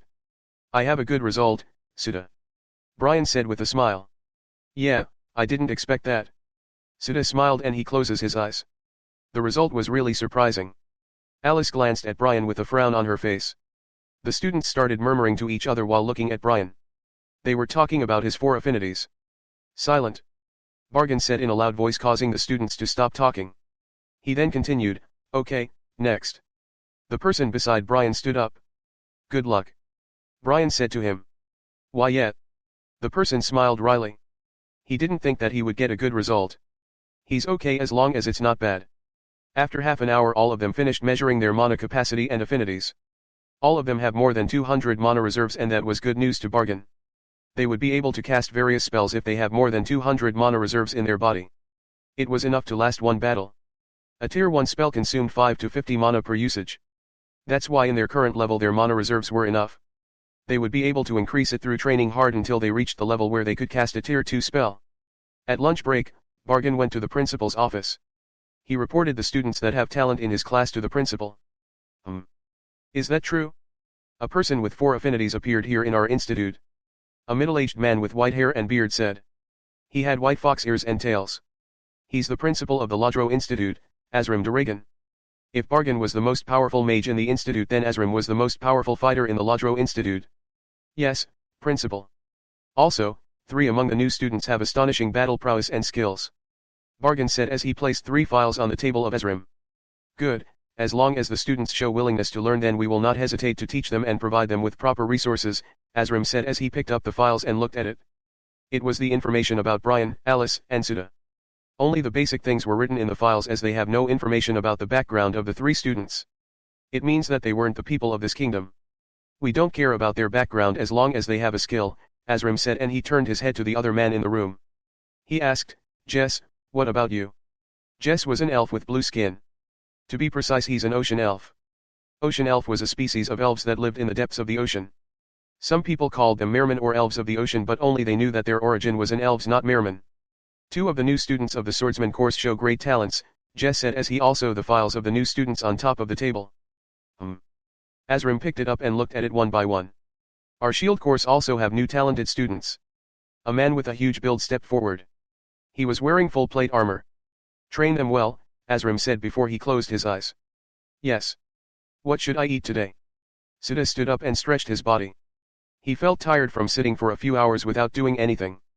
Let's go to the cafeteria, Sudha. Brian stood up and said. Okay. Sudha nodded, then he looked at Alice. Want to join us? I'm fine, I brought my own lunch, Alice said to him. That's unfortunate, Sudha said, and he shrugged his shoulder. He wouldn't force her if she doesn't want to join them. He exited the room with Brian and the rest of the new students. They bought lunch in the cafeteria and ate it there. While eating, the group talked about the affinities that Brian has. See, then you wouldn't have any problem if you bring me in your quest. Brian said as he nudged Sudha's side. Well, I remember that was only a measurement and it didn't show our combat skills, Sudha said as he rubbed his chin. Ha ha ha, you don't have to be envious in my result. You can just praise me. Brian laughed loudly. This guy probably doesn't have any idea how great it is to have 4 affinities. Sudha thought as he looked at Brian, who was laughing loudly. He rubbed his chin. This upcoming weekend, he was going on a journey to complete the requirements of his 2nd evolution. His destination was the forest between Hebre Kingdom and Mali country. There he would find the rotten venomous green apple. Yes, the one he needed was a rotten one. It was one of the requirements of the evolution that he chose. The other one was the flesh of the undead higher than level 20. Sudha shook his head and said, let's go back now, the class is going to start. Oh. That's right, I forgot about that. Brian said. They went back to their classroom and after a few minutes, Bargain came and he started the class.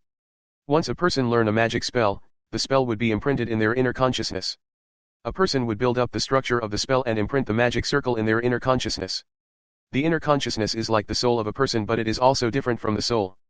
It's inside our mind and we would build the spell there so that we could cast it easily. Bargain explained about the spells to the students. One of the students raised her hand. She was the class representative, Lamilia. What is it? Bargain said to her. Teacher, we could already cast a spell even without imprinting it in our inner consciousness, Lamilia asked. Yeah, all of us could cast magic even without imprinting it in our inner consciousness. Bargain nodded at her. Then, what's the difference between the 2 spells, Lamilia asked with a confused expression. The spells that people imprinted in their inner consciousness is called inner spell. It was 2 times more powerful than normal spells. Also, you can make it more powerful by modifying it and arranging the magic sequence in your inner consciousness. You will not need to build the structure of the magic circle when casting a spell. After all, you already have the structure of the magic circle in your inner consciousness. Bargain paused for a moment before he continued. A normal person could only imprint 4 magic circle in their inner consciousness. But it is not the same for everyone. Like me, I have imprinted 7 magic circles in my inner consciousness. The only problem is that the more you imprinted a magic circle in your inner consciousness, the harder the process becomes. Okay teacher, I understand. Lamilia nodded at Bargain as she sat down in her seat. Sudha listened to Bargain's words carefully. He doesn't have any idea what's an inner consciousness or imprinting the magic circle. A spell wasn't like a combat skill that could be enhanced through training or repeated use. The thing was, he could enhance the spell by using skill points and he doesn't need to build a magic circle when casting his spells. He just thinks about the spells and the magic circle would automatically pop up. Sudha closed his eyes. The structure of every spells that he learned was in his mind. It was forcefully put inside his mind when he used the skill points to learn it. In Bargain's description, the inner spell was like the same as the spells that he used. He doesn't need to build up the structure of the magic circle to cast the spell. Then, what if all of his spells were inner spell and it was already imprinted into his inner consciousness by the system? That's why he didn't need to build up the magic circle when casting a spell. If it's really like that, then he already has 9 inner spells. After all, he could cast all of his spells with just a thought. He just needed to enter his inner consciousness to confirm his guess. Chapter 43, Physical Strength Subject. Sudha, Brian, Alice, and the rest of the students were inside a 50 meters wide room. It was the meditation room of the Lodro Institute. All of them were sitting in a lotus position with their eyes closed. Today, Bargain taught them how to enter inside their inner consciousness. Getting inside the inner consciousness was the basis of being a mage. A lot of adventurers already knew how to enter their inner consciousness a long time ago. Sudha confirmed his thoughts. All the spells that he learned using the skill points were already imprinted in his inner consciousness. He could see the structures of every spell that he have inside. So that's the reason why he could cast a spell with just a thought.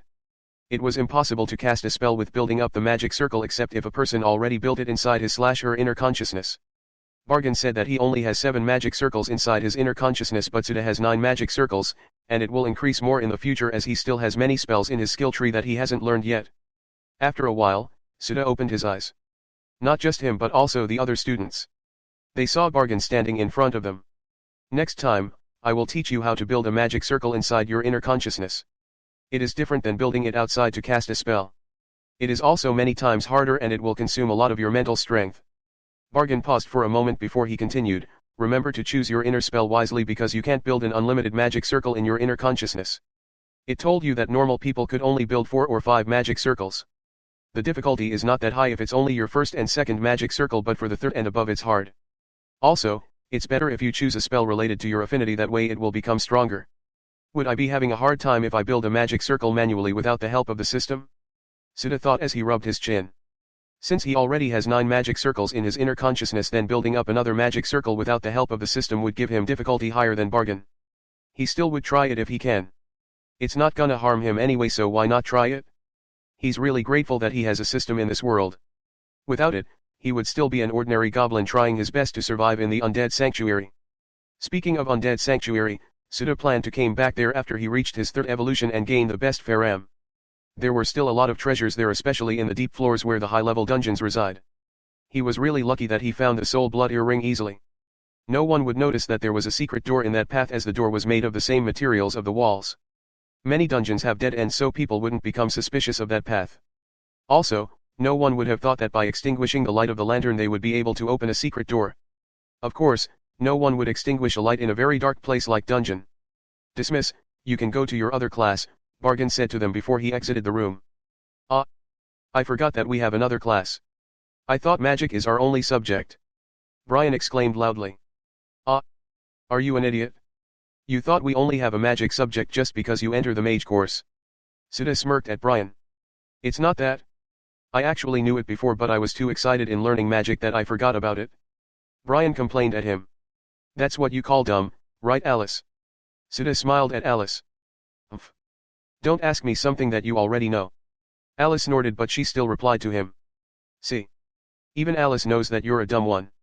Sudha looked at Brian and shrugged his shoulder helplessly. Even you, Alice. Brian looked at the two with a helpless expression. He doesn't know how or when these two got close that they could pick up on him. Well, let's go to other class now, Sudha said as he stood up and patted his uniform. He placed his hand on his chin and said, if I'm not wrong, our next class is, physical strength, and other course will be joining us. Physical strength. I'm confident with my physical power.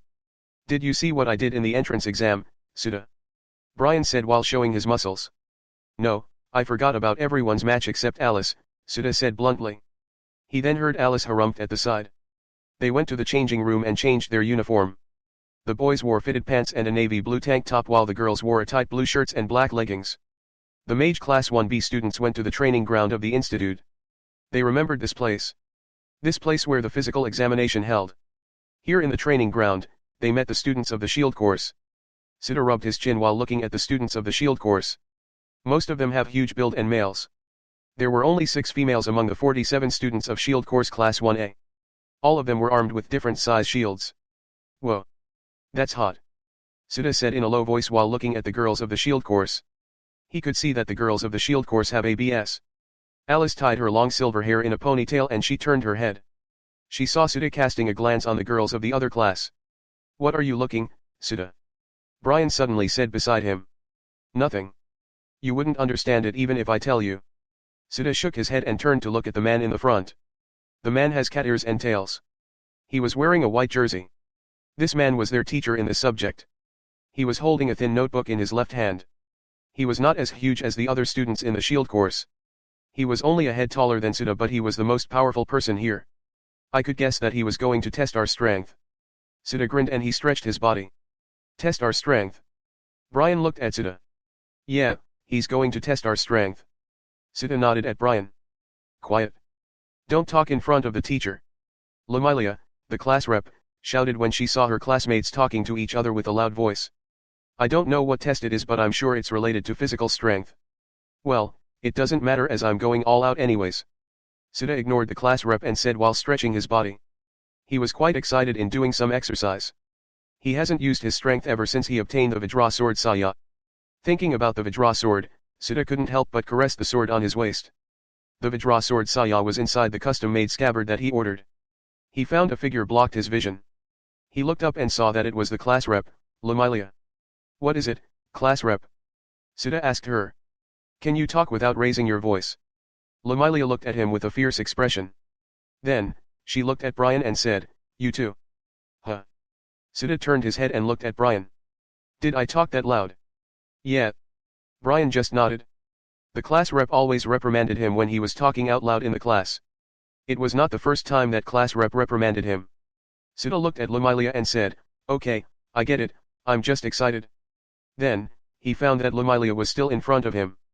Nothing. Lamilia shook her head and she walked away. Suda looked at her back and said, What a weird girl. I know. Brian agreed in his words. Okay. Everyone look at me. A voice sounded in the whole training ground. Suda turned his head and saw that it was the teacher. I'm Alex Ventilorna, as you can see I'm a cat person and your teacher in physical strength subject. The man introduced himself as Alex Ventilorna. This is our first meeting so I don't have any idea who's strong among you so I will test you. Looks like I'm right, Suda smirked when he heard the words of Alex. Alex opened the thin notebook in his hand and said, We have 3 hours so list down all your names here in this notebook. Separate the female and male. He handed the thin notebook in the student nearest to him. After a few minutes, all the students finished listing down their names in the thin notebook. Alex looked at it for a while before he closed it. He looked at the face of his students before he opened his mouth and said, I will create a mini tournament and the one who wins all the battle can do what they want in my subject. I will arrange your name and after this, we will start immediately so prepare yourself. His words shocked everyone. They didn't expect such a thing to happen in physical strength class. They started to murmur among themselves. A tournament. We're going to fight. No one anticipated this thing, even Suda. Suda only guessed that the teacher was going to test them, but he didn't know how would he do that. He didn't expect that it was through a tournament. Suda stopped moving as he heard a familiar sound in his mind. Tournament, fight and win in the tournament. Rewards, base on your ranking. Oh. Then, I really shouldn't hold back. Suda grinned. Chapter 44, Battle Start. Just you know this is a physical strength subject so any usage of mana is forbidden, Alex said to the students with a serious expression. But teacher, we're a mage. A girl from the mage class said. If they didn't use mana then they were bound to lose in this fight. A mage without mana was pretty much a trash. Alex raised his eyebrows at the words of the girl. He opened his mouth and said, Huh? What are you saying? I just said that this is physical strength subject so it's natural that all of you will use your physical strength, not magical strength. He paused and looked at everyone's face before he continued, This is not a magic subject. This is physical strength subject. Did you get it? Just from the name of the subject, one would understand what will do so why ask such a question? Suda smirked inwardly. Physical strength was not a problem for him as his strength stats were even higher than his intelligence stats. A mage should at least have some physical power. What will you do once you drained your mana? Wait for your opponent to kill you? Or wait for someone to rescue you? You should have at least have the physical strength to run away so that you wouldn't become a burden to your comrades, if you have some. Alex said in a loud voice. Well, that's true. Suda said in a low voice. If the mage doesn't know how to defend himself when he runs out of mana then she was going to become a burden to his/her comrades. Alex clasped both of his hands and said, Okay, we will start the battle so be prepared. He then turned around and placed a blackboard in front of the class. He listed the matches of the tournament on the blackboard. Suda, Brian, Alice, and the rest of the students looked at the list on the blackboard. My battle. Suda turned his head and looked at the class rep, Lamilia. Is with the class rep and it is the first match. Brian also looked at the class rep. He saw that Suda will fight Lamilia in the first match. What about you, Brian? Suda asked Brian who was looking at Lamilia. Hmm. How to say this? It's not from our class. Brian said. He doesn't know who's the one he's gonna fight. The name was unfamiliar to him, so he could guess that it came from the shield class. Sita then turned his head to Alice and asked, "What about you, Alice?" "Oomph. The same as him." Alice closed her eyes. She seemed that she's not going to answer if he asked another question.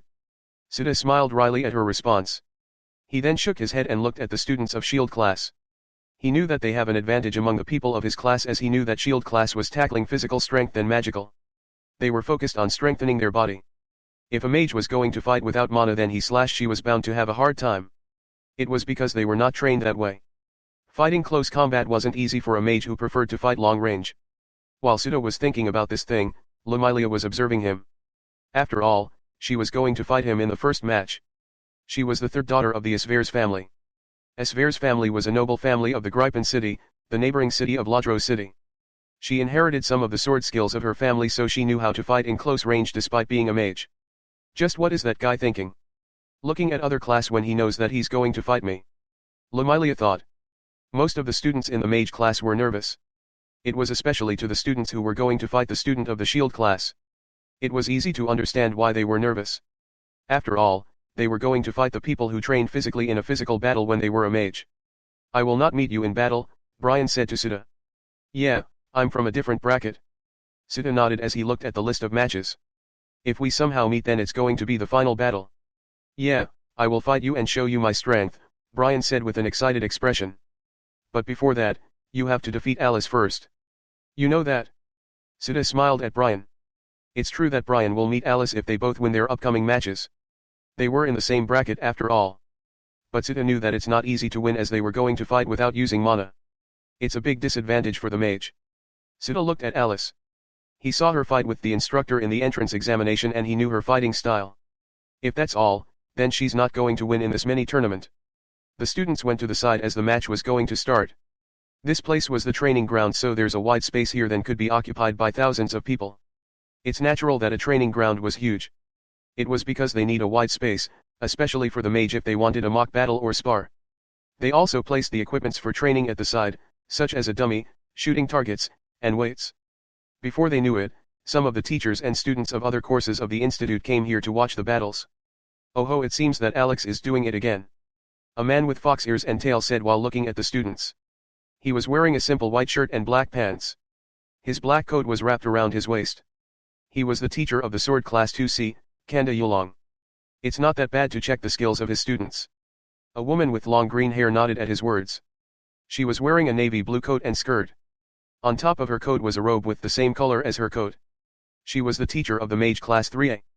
Both of them knew that Alex always does this in his class.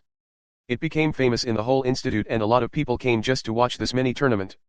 Sadly, it's the student shield and mage class. Yeah, the mage is at a disadvantage in this kind of fight. What was it before? A brawler and lancer. Yeah.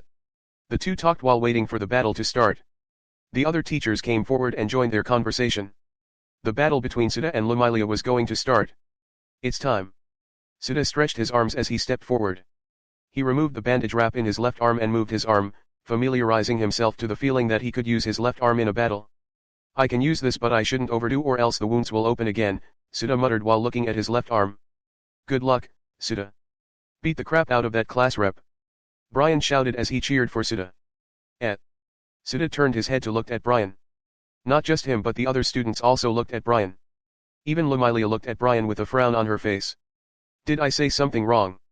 Brian looked at everyone and was wondering why they were looking at him. Sita shook his head and walked to the center. He looked at the approaching Lamilia and he smiled at her.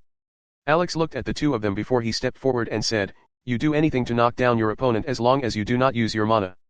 Any of you can surrender if you felt that you can't fight anymore. I will be your judge and referee at the same time, so I will give you 5 minutes to fight. Do you understand?" "Yes, teacher." Lamilia nodded her head with a serious expression. "Yeah." Sita grinned as he cracked his knuckles. Lamilia looked at the sword that was hanging on Sita's waist and asked, "Teacher, can we use a weapon?"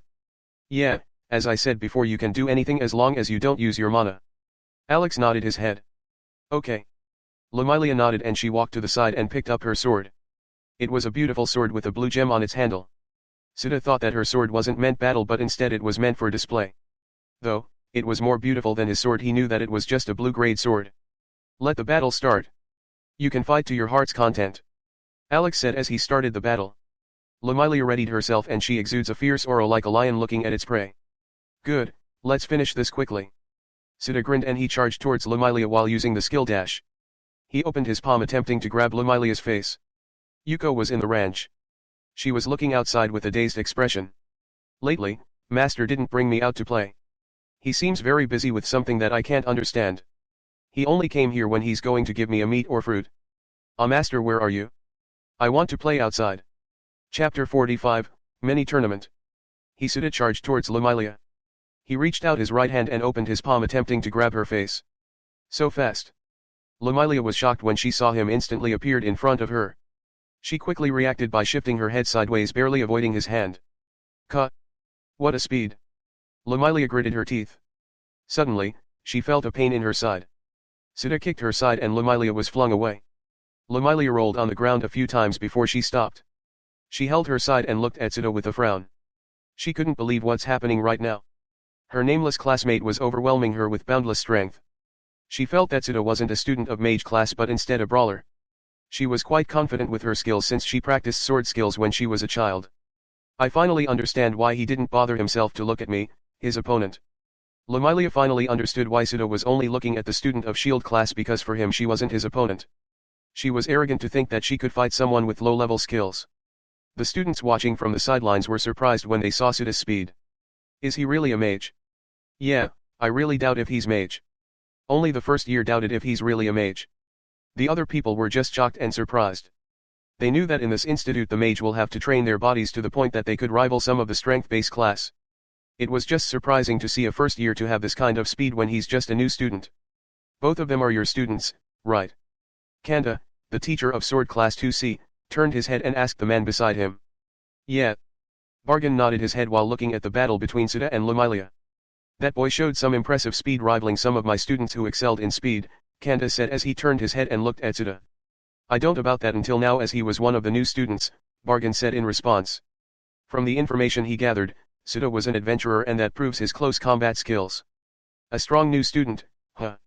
Kanda muttered and he cast a glance at Bargain. Sita walked towards Lumilia and said, I'm not going easy on you just because you're a girl. Remember, on the battlefield there's no girl or boy, there's only life or death. So do not expect your opponent to go easy on you because of your gender. Lumilia gritted her teeth and she slowly stood up. She pointed her sword at him. Oh? Still fighting? Sita grinned and once again he dashed toward her. In just a second, he arrived in front of her. Lumilia slashed her sword horizontally. Sita quickly moved aside, dodging the sword before he delivered a powerful blow on her belly. Cut. Lumilia felt the pain in her belly. She kicked the ground trying to distance away from Sita. Sita chased after her and lifted up his feet. He kicked her stomach and she flew 10 meters away from him. Guh. Lumilia spat a mouthful of blood. She stood up and she looked at Sita with a fierce expression. Oh. Sita was surprised to see her face. Judging from her expression, she clearly doesn't have a plan to surrender. Hiss. Sita sighed and he scratched the back of his head. After all the things that I've said before, I'm still doing this. Well, it doesn't matter as this is just a mock battle. Lumilia doesn't have any idea what he's saying. Sita looked at her and he stepped forward, causing Lumilia to flinch. He increased his pace and Lumilia readied herself. She gripped her sword tightly. Sita stopped in front of her and threw a punch, and Lumilia slashed her sword in response to his punch, but Sita opened his palm midway and grabbed her sword. Wadash! Lumilia was shocked when she saw him grab her sword. She could see blood come out of his hand. While she was busy looking at his hand, Sita pulled back his other hand and threw a punch on her stomach. He then released his grip on her sword and grabbed her wrist. He followed up by chopping the back of her neck, knocking her out. Wadash! Lumilia didn't even manage to finish her words as she lost her consciousness. She fell down, but before she reached the ground Sita caught her. Sita checked if she was really unconscious before he sighed and placed her on his shoulder. He walked to the corner, ignoring the gazes around him. Everyone watched him place Lumilia in the corner. I said that I wouldn't show her mercy, but in the end, I still show her mercy. Sita thought as he stood up and patted his clothes. The winner of the first match is Sita. Alex's voice sounded in the whole training ground. That's it, huh? Sita glanced at Alex before he went towards the direction of Brian and Alice. You didn't show mercy, Sita. Brian said to him. I showed her mercy in my opinion. If not, then she would at least be put in the hospital with a few broken bones. Suda shrugged his shoulder. He caressed the sword on his waist. Actually, that was a cheat. With the added stats of the Vajra sword Saya, his stats were 2 times higher than his base stats. It's not surprising that she couldn't react in time. After all, his dexterity and agility were 295 and 308 respectively. Also, Suda guessed from the battle before that she wasn't that proficient in close-quarter combat. Although she has high magical power, her physique was too weak. A rank F adventurer was even stronger than her. Still, the first-year students here in the institute are stronger than some rank D adventurer. Suda thought. This was what he concluded after comparing the strength of the two. It's just that the student here don't have much experience, unlike those adventurers. That's something from a mage class student, Kanda said while looking at Suda. Yeah, his speed isn't something that ordinary mage students could possess. Bargain nodded. What about his mage skills? You're his teacher, right? Kanda asked. He was curious if Suda's mage skills were higher than his close-quarter combat. If that's the case, then Suda would be able to put up a fight to those third-year students. I don't know, I'm still discussing the basics. I think it will be a month before we went to practical.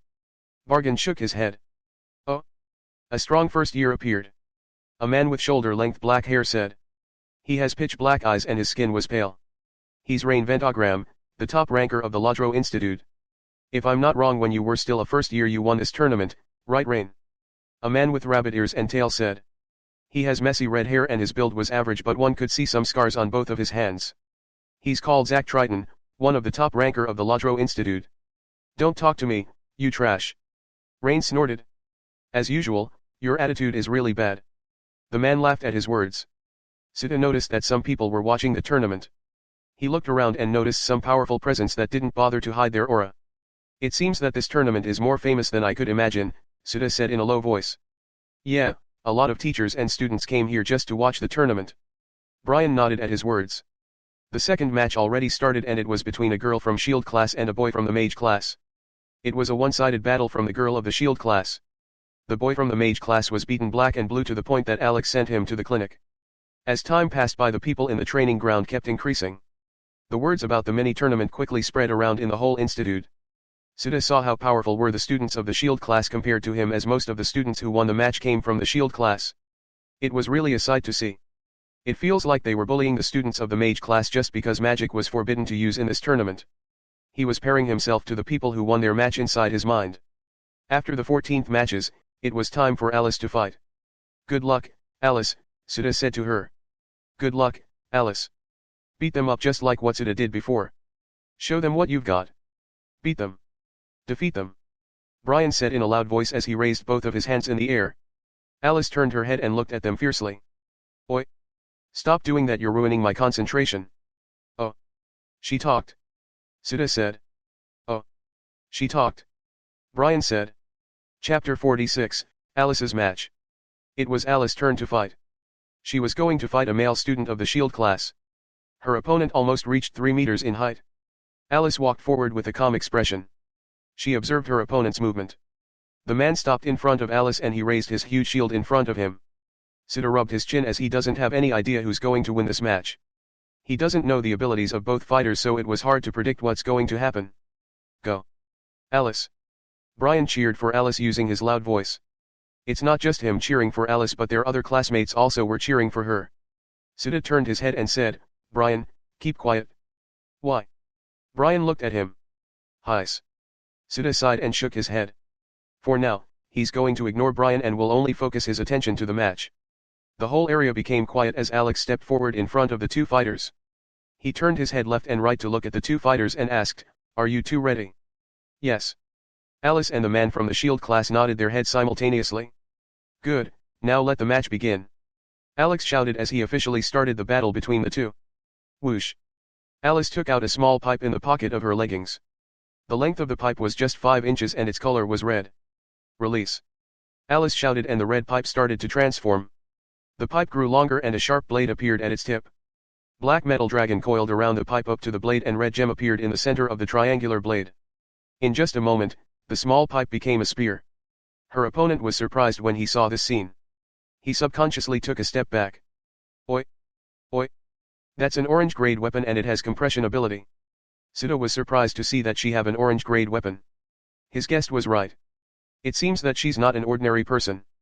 Orange grade and red grade weapons were already a weapon of a commander or general in a small country. But that's not the case here in a large country. Even ordinary nobles could possess 2 or 3 red grade weapons. The fact that she took out an orange grade weapon easily and show it to the public means that she has a higher grade weapon in her arsenal. Sita looked at the sword on his waist.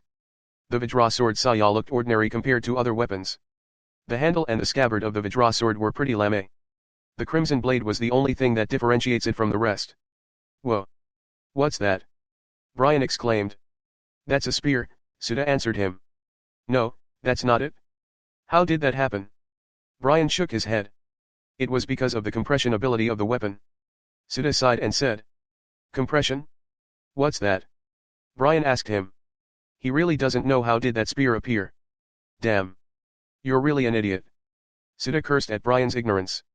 He looked around and saw that the students and teachers were not that surprised. They already knew that some weapons have that kind of ability. They were just surprised to see that she possessed that kind of weapon. Heis. Sita sighed and said, I don't know how it works, but compression is an ability that compressed large objects into a small item. Some of the weapons possessed an ability and only a few have compression ability. In the game, the players didn't care if the weapon has compression ability or not. It was because all the players have inventory and compression or not that didn't matter, as they would store all the items in their inventory. I see. Brian nodded. Did he really get it? Sita thought. Alice waved the spear in her hand and looked at her opponent. She stepped forward and clenched her fingers tightly around the spear. Her opponent observed her every movement. He guarded tightly and prepared for her attacks. Alice didn't hesitate and charged towards the man. She raised her spear and stabbed it 3 times. Here she comes. The man saw this and he raised his shield to block her attacks. Sparks flew out from the collision of the spear and the shield. Cut. The man felt her power from those 3 attacks. He was pushed back 1 meter away from Alice. I could defeat him by continuing this. Alice thought, and she stepped forward while stabbing her spear at the same time. The man moved his shield and blocked her spears. The spear caused a few cracks to emerge from the surface of the shield. After all, his shield was just a blue-grade weapon. She quickly moved to his side and waved her spear. The man followed her movements with his eyes, so he reacted quickly when she appeared beside him. He tightened his grip on his shield and moved it to his side. Not good. My shield wouldn't be able to handle a few more strikes. The man thought and felt trouble with her higher grade weapon. Alice didn't stop and she continued stabbing her spear. Swoosh. Swoosh. Swoosh. Grr. I don't have a choice. The man gritted his teeth and his aura flared up. He bent his knees and charged towards Alice. Shield charge. Combat arts. Alice was surprised when she saw this. She moved her body and jumped to the side, dodging the man's attack. Alice struck the man with her spear when he passed at her side. She wouldn't let this chance to knock her opponent. Shield bash. The man parried her spear using a skill. Oh, right.